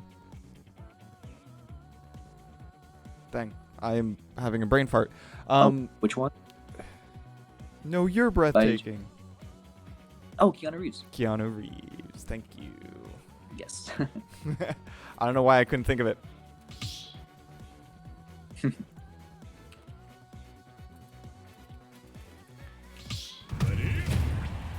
It looks like we might have changed stage. We might be on a different stage, actually. Interesting. You know, considering that now it's actually Nop's turn to, have a choice of stage. Ooh, we're on a different stage now. FD. Again with the, gentleman's box as usual. It's already, again, back into the fray with grenades. And just... Oh, look. He's out for blood. Nop is out for blood. Alright, I'm gonna ask you the real question that everyone's been thinking as we're watching this grand finals. Which snake picked the better skin? Okay. So, see, this is a very old debate. A debate as old as time. What is the best snake skin, right? And I think, if I'm being honest, snake is a couple of modes. I think the solid black is, as I said, solid. It's a good pick. Oh, it's solid because he's solid snake. Yeah. Funny. Unintentional. Whoops. Anyways, not gonna die off of that just yet. He is now. So it's he's at 100. He's gonna die off on that. Flowerboy really making this look like he's remembering the snake matchup. He remembers how to play snake. It took him a game or two, but now he's in it. He's back in. Honestly, Flowerboy just has such good fundamentals, and he just has a good understanding of the game that it doesn't really matter what character he's playing, he's gonna do well. Absolutely, I think that's a very true statement. And Snake has the potential to, allow room for fundamentals to show simply with grenade places and parried that grenade toss. Why? That's such an unnecessary flex. Maybe he wasn't flexing, but we don't know. Anyway, we're going into this going into the late second stock here. 7%. Honestly, no one player has really been dominated. It's been a really big back and forth between who's in advantage and trying to get out of the corner. Yeah, the corner is honestly the biggest thing that's happening right now. FD is just really showing how Snake just can't land. That on top of how strong his pressure is just with all of his tools. That jump Nikita was nice because it allows you to immediately angle it down and just cover so many options very safely. When was C4 placed over there? I think Flowerboy's cheating. Game Shark? Game Shark? Okay. He called it Colonel. You called him Colonel. Oh no. No. He's good. He's good. Oh my word! I thought he was dead from the fair. You wanted the spike. Yeah, that might have killed. Hey, isn't it the strongest spike in the game? Like right, or it might be right behind Ganon's, but it's up there. Oh, absolutely, yeah, it is up there. Oh, he's stuck. Okay, how is he gonna deal with the sticky? There's just such he does pressure. pretty well. He does pretty well. Maybe not the most orthodox method, but gonna live. Okay, jumping nair, Grabbing not the best option. Oh, not gonna be safe if you don't do something after that. We're just seeing two men just throw their leg up at each other. Looking like two dogs getting ready to urinate. Who's a better gymnast? Who is the gym more? Okay, high percents. Really, the next hit is gonna kill. If Nop takes this is a reset. It is still anyone's game. Nop really wants to take this. He. Oh my word! Spaghetti, a little bit of whip grabs of the Lancey, I want to say, but neither player really wanted to commit too much here. Oh my gosh! Oh, Nop takes it. He resets the bracket. That is a reset. I think that's this game really is a kind of a showing of what we're going to see. At least going into the reset here, kind of a showing of what we're going to be seeing because both these players have the potential to take it. It's just a matter of who wants it more. Yeah, there's no way. I highly doubt Flowerboy's switching at this point. He's gone all 4 games. He's gone Snake. He's taken a game, and he almost took that game. So I really see no point in switching. Almost. All right, let's get our score updated. We're back to 0-0. Oh, or 10-3. No, we're back to 0-0. And on to game 14. And now, this is the final set. No matter what happens, this is the last set of the tournament of Northern Smash 9, the one before the big one. The big 10-0. Usually, for those of you who are not aware, Northern Smash, every 10 tournaments, we end the PR season. So the last one is the last one of the season. And for the last tournament of the season, we usually try to do some sort of prize pool. We try to make it a little more official, a little more big time. We try to make it real. So next time, definitely recommend that you tune in. Oh, and Flowerboy says no more Snake. Well, I was wrong. Well, you know, I wonder why he made that decision. Interesting. I guess overall, he might have felt competent enough. He took a game, but that was off of SD, and so I really do think he was doing fine. He was doing well enough to get by, but he needs something different. Maybe I think it's what his mentality is like. Okay. Flowerboy, I don't flame you too hard. If you go Fox, I Wait, whoa, I ain't holding back if you play Fox. Hold up. I mean, if he goes Sephiroth, I'm down because as evidenced by earlier, I don't know the matchup very well. I think Sephiroth can do well in the matchup, but it's hard. It's really hard. I think oh my gosh. Wolf Fox, man. Okay, I'm gonna try to be unbiased here. I'm gonna try. Anyways, yeah, we see Fox. Fox Snake going into reset here. Okay, good lasers. One little known fact, I mean, Fox and Snake players know it pretty well, but a lot of players don't. Lasers will actually instant blow up grenades if you hit the grenade directly. That's why Fox's camping is so good against Snake, and Snake has a really hard time. Nop's gonna opt to jump out of shield and get away from that pressure. Not gonna get caught by June. Flowerboy here. He's taken a lot of percent already. It's still an early game, and he's got in the corner. Gonna get out of shield with that shield SDI.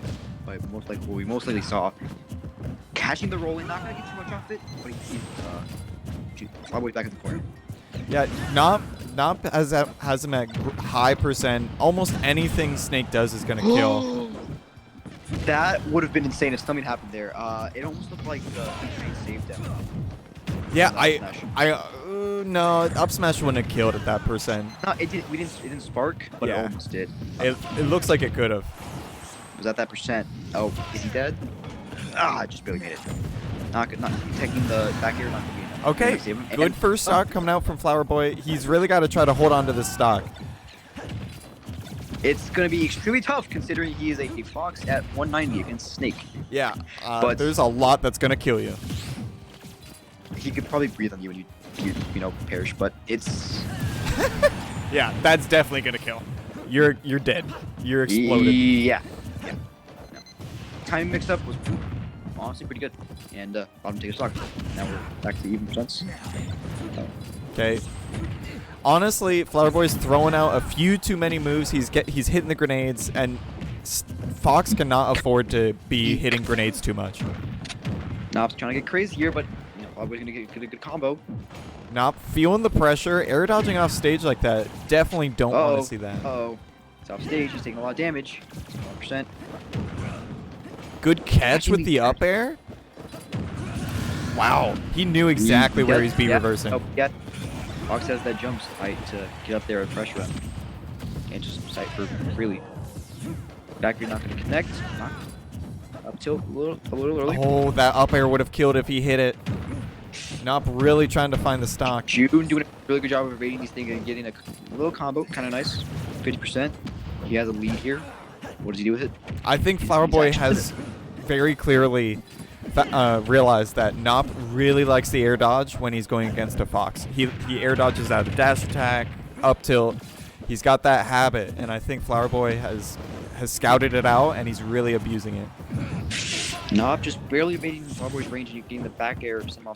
Now Flowerboy's back on it, pressuring him on shield. Stuck on the platform a little bit, jumping away. Gonna be safe. Gonna be fine for now.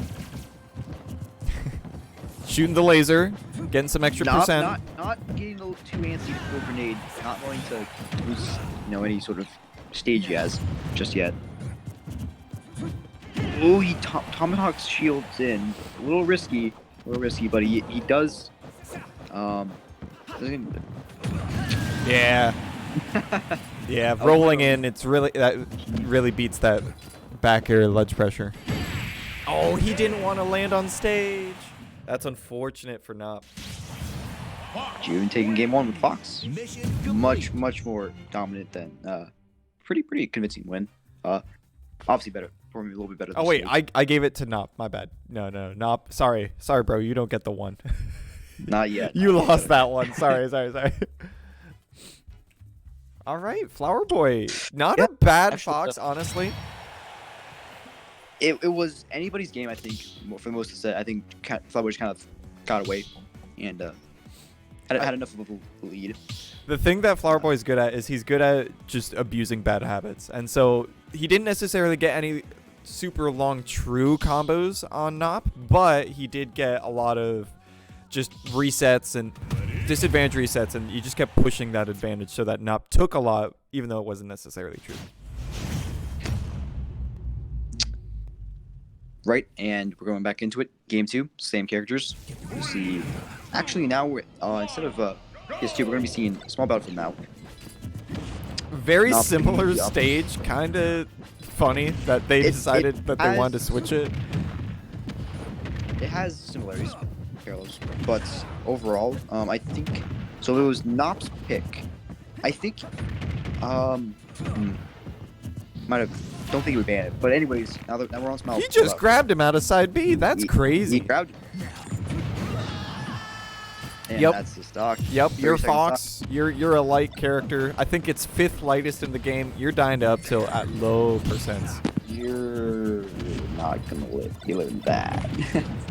So, see, now this is where it's really scary as Fox. You have to approach, and you get because of how Fox just plays. You're gonna end up hitting some grenades, and you're gonna start trading some damage.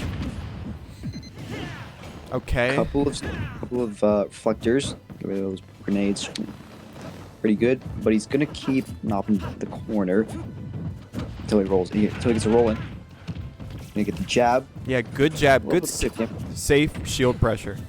He landed behind him, and he went with the jab, just so Snake couldn't do anything. That's the stock, and catch him. He's landing with the up air. Or his drift, yeah. Okay, Flowerboy bringing this back. It's not too bad. You can definitely do 60% to Snake. You had the right idea. Not getting the biggest punish off that air dodge, but still brought it back. Yeah, he has advantage day right now. He's gonna be ledge trapping, not gonna be able to jump in. Oh, that shield.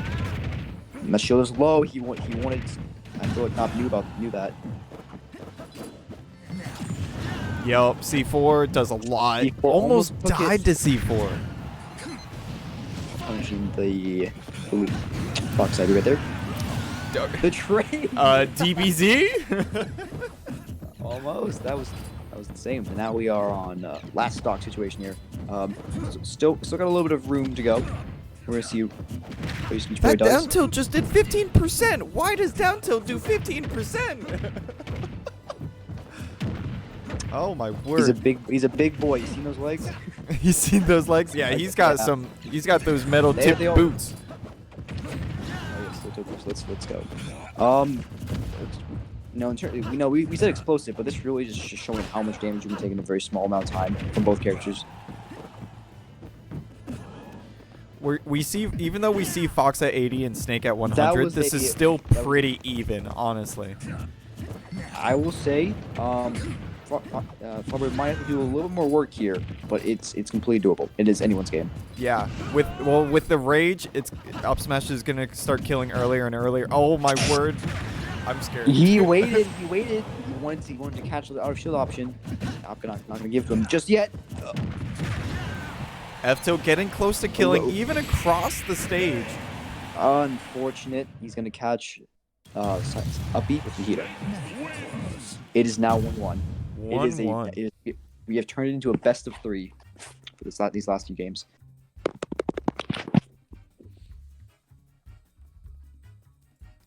Nop, honestly, if I'm Nop in this scenario, I'm kicking myself for letting Snake recover so often to ledge. That's one of Fox's biggest weaknesses, and right now, I don't know if he's gotten a single actual edge guard on Fox. I don't play Snake. I don't know how hard it is to actually edge guard him, but you got to make something happen. Fox does not have a good recovery. Well, I'm sure he has some tools. It's just, there might be kind of situational depending on how the way Fox recovers, because he does have a hitbox. He's gonna have to use projectiles. Snake's gonna have to use projectiles to safely ledge trap / edge guard Fox, or he's gonna have to contest with like an active hitbox like Bear. And he took the game as the Fox, and that was it. He don't want to do it anymore. Oh, we didn't need the Fox anymore. We need ZSS now. ZSS coming out actually. Now this is gonna be interesting because ZSS just has the mobility and range to like maneuver around Snake absolutely, and already getting a little bit of damage right there with the simple Zaire jab. With the way Flowerboy plays against Snake, I think ZSS is a really good pick, just because the Zaire will allow him to safely pressure Snake without actually being in any danger, and he's got like Paralyzer. He can go off stage. This is definitely a good pick to some extent. ZSS not on the heavier side, so they might be dying, but that's not an issue when you can basically outplay them in every other scenario. As the Smash documentary once said, just don't get hit.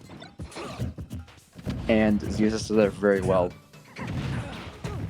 Oh punish that. My not gonna word! Get the back foot flip kick. Not a combo, but not gonna get knocked. What is with these two players and just wanting to spike? They just want to spike the crap out of each other. Hey, we'll take it. It's entertaining. It's entertaining, and it can take the stock. It's still out stock pretty early if you get landed properly, and you have to read. 160 is ZSS. He's gonna die to a grenade soon. He almost did. Oh, that was scary, but does have a platform to land on, thankfully. Not wanting to approach too much. Again, it's a very high pressure scenario. They want to throw out their safe moves and save shield pressure with that dashing back. Not going to crouch that paralyzer if you can, on, especially even on Yoshi's. The side B almost gonna kill. Oh, I thought something crazy could happen with the B, but he does take the stock. Gonna catch the Nop's descent. ZSS at 185. What is this? Snake has kill potential, but it's only potential. See, he's gonna have to find some opening, right? Opening first, kill second, because you can't just throw your kills. There's the grenade. Unless that. And that is gonna kill. Okay.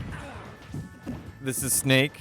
45%. That's nothing. That's negligible. Okay. All right, Oh, Flower he Boy. wanted This it. ain't He Smash wanted 4. Like it's not. I almost heard the Smash 4 theme song playing in the back of my head. but no.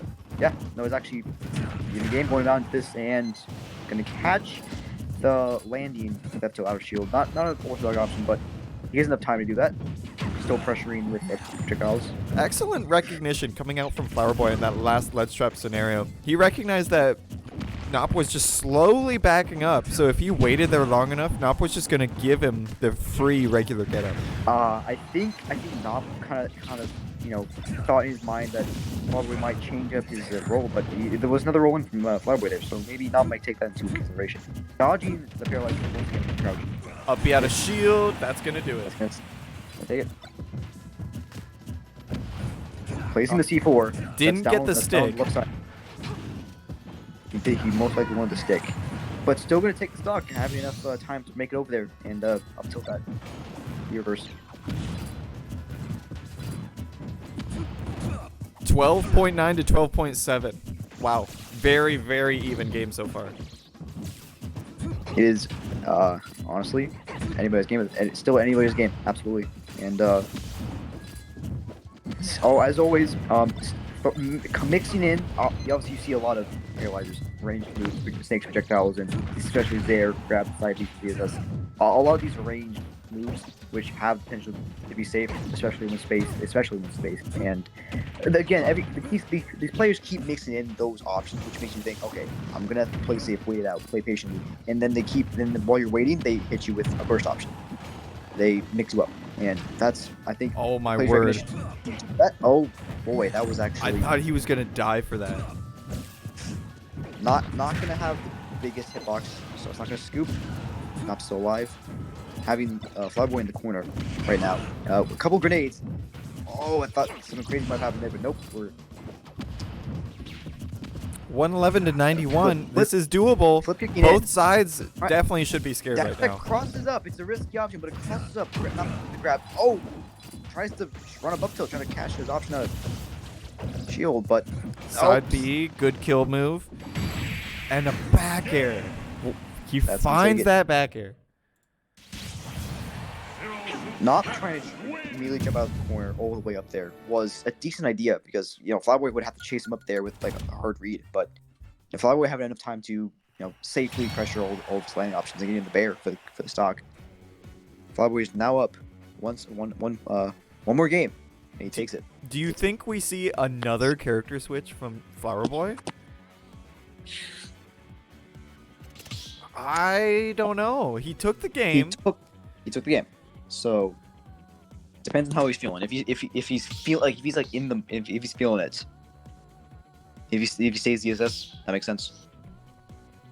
That really makes sense. If he switches, I think that could just be like throwing a curveball to Nop, like trying to throw Nop off with like how he has to play, who he has to play against, what tools he can kind of steal with.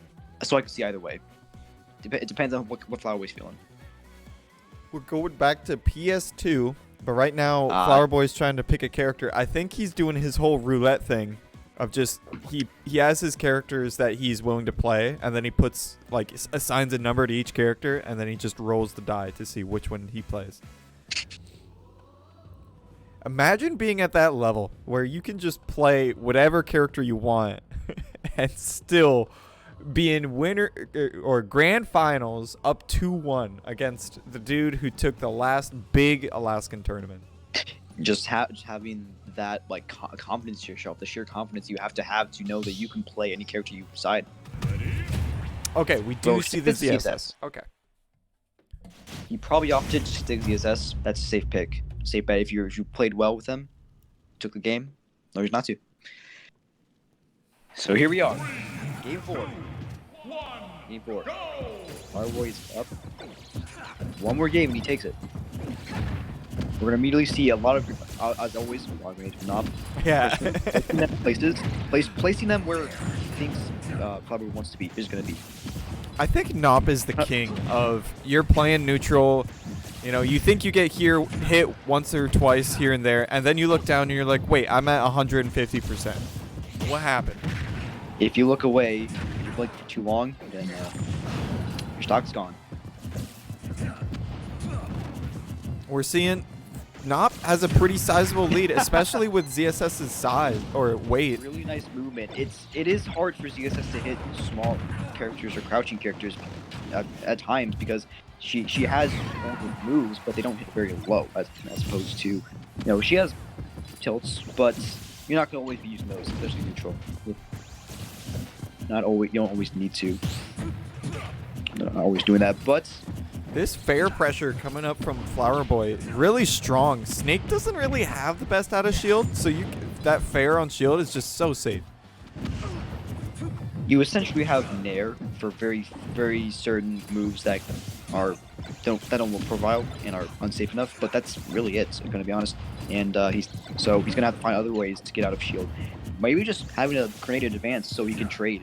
Yeah, having that grenade in hand while shielding, that changes everything. That makes your shield game so much stronger. Obviously throwing the grenades while off stage so he can come back with a little bit of pressure in his side. Not going to take the, get a little bit of damage to the up tilt. Still having a full stock lead over Flowerboy. Yeah, Flowerboy looking a little desperate to get this kill, not going to lie. He's kind of not getting desperate.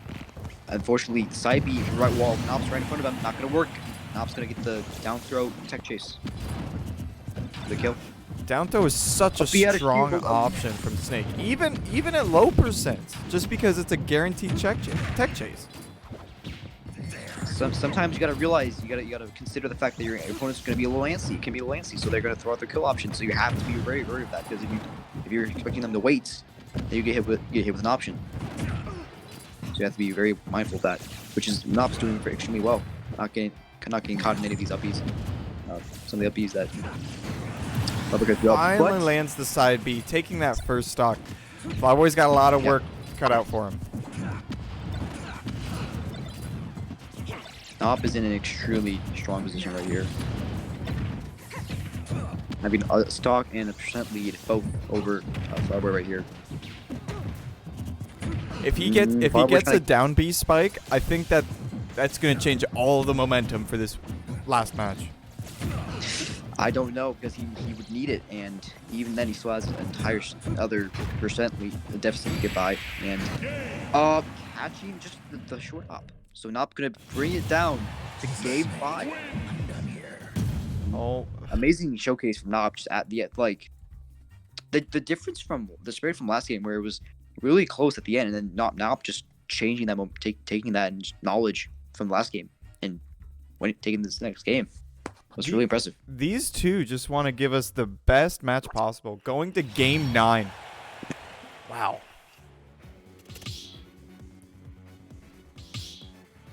I would doubt that we see the ZSS still. I don't know. Do you switch off ZSS here? Is that the play? Because this is your last game. This is your last chance. You have to win this if you want the tournament. And what's going through your head right now? Like, do you stick to the character that you won with but also lost with? Do you swap to a different character that you haven't been playing yet that might give you an advantage but it could also be such a different play style? It might be too different. You might have to change your mindset too late. There's so many things to consider when going into this match here. Flowerboy just has so many characters and they're all at such a high level that it's really hard to predict what kind of character he's going to pull out. He could go back to the Snake. He could go to the Fox. He took a game with the Fox. He could stay ZSS. He could even go something crazy like DK or Peach. He's shown that all those characters he's shown such incredible strength with that I honestly don't think it really matters what the character is that he's going to pick for this last game. I think it just depends on the actual interaction between players.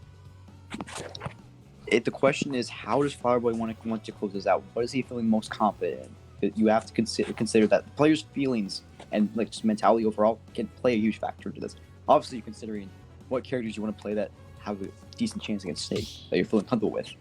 but there's that mentality is a huge factor. And if June is like invested in the ZSS, then it might be hard to swap off.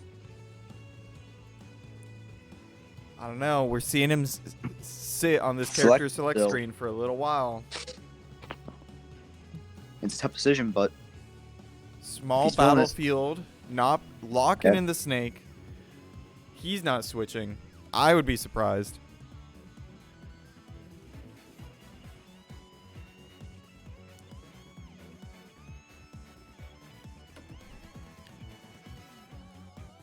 Well, while we're waiting for them to okay.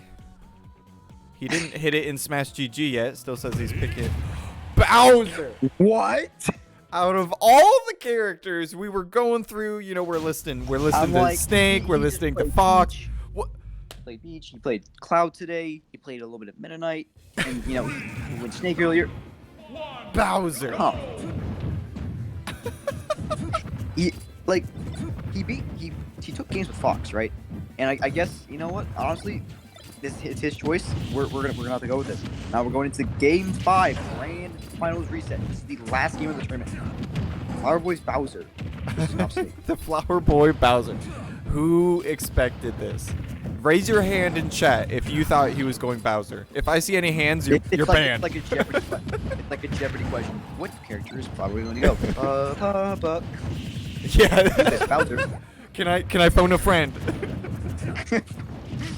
I think it's gonna be a turtle. I mean, the good thing about the Bowser pick is that No. he's not dying anytime soon. Like, up tilt's not killing him at 100. It's a trade-off. You have a huge hurt box, but you die. So we'll see how that comes into play. And trying to swat to Nikita with the fear, that's actually an interesting idea. And having enough flags where he can recover. Oh, Flower Boy, you gotta Except mash he the was up. too low. Except he was too low and didn't mash that off. Oh, Nop was trying to go for something. He definitely had some sort of read in mind, but he is currently up stock, and Bowser's just getting hit and taking all this damage. This is looking really hard for Flower Boy. He's taken so much percent, and he misses the tech. That was great edge guarding with the grenade, just dropping it. You know what? If you're playing Bowser, I wouldn't quit just yet. I think you have to play out your mind almost, but. No. Nop. This is Flower Boy we're talking about. Oh, he took his okay. Okay, you know what? Flower Boy's still in this. Look. He's a huge hurt box, but he's still in this. Look. Okay, he's using his movement. He's moving around a little bit. Okay, trying to evade stuff. Not gonna fall into it. Hit himself with this. Oh. That voice smash might have just. Oh no! Oh, no! Oh no! Nop, you can't lose this. You are up by such an enormous amount. Still alive. Kind of makes up his drift. Not gonna die just yet. That air. Okay, and Nop takes it. Oh, that was scary. That was hard. Nop takes it. Wow, what a crazy set that these two played. What a crazy end. I think for a second, like everyone's hearts like stopped, like for a second when that up smash hit, but that is it. That's it for Northern Smash 9. Thank you to these two players who even in the heat of the moment, you know, still put on an amazing show and just absolutely, you know, showing how good of a player they are in any situation. They definitely were. They gave us a good, very entertaining, and it looks like June is really gonna have a firm grasp on that. Wasn't expecting. Flowerboy's really gonna have a firm grasp on that #1 for the PR. I don't know if anyone mathematically can even catch him at this point. No, not really. It's assuming he comes back next week and has, you know, even any kind of performance of him from next week should basically seal the deal. Well, thank you to every viewer who tuned in and watched these excellent matches. Thank you to all the players who gave us some really fun and entertaining matches. Thank you to Topaz for jumping in. You know, you weren't even entering this tournament, but you still jumped in and you did commentary like a champ. You held it down for so long. You're great. Thank you so much. No worries, man. I actually really enjoyed it. It was actually really fun getting to talk to you and all the other guys and seeing all these great matches. That was actually really insane. So thank you. And with that, I think we're going to end it here, chat. Does anyone have any last-minute requests before I shut us down? Yes, don't worry, chat. I already banned Ronan, or I timed him out. He can't say anything. That was a very important step. All right. Well, everyone, wave goodbye to chat. Bye, guys. Bye.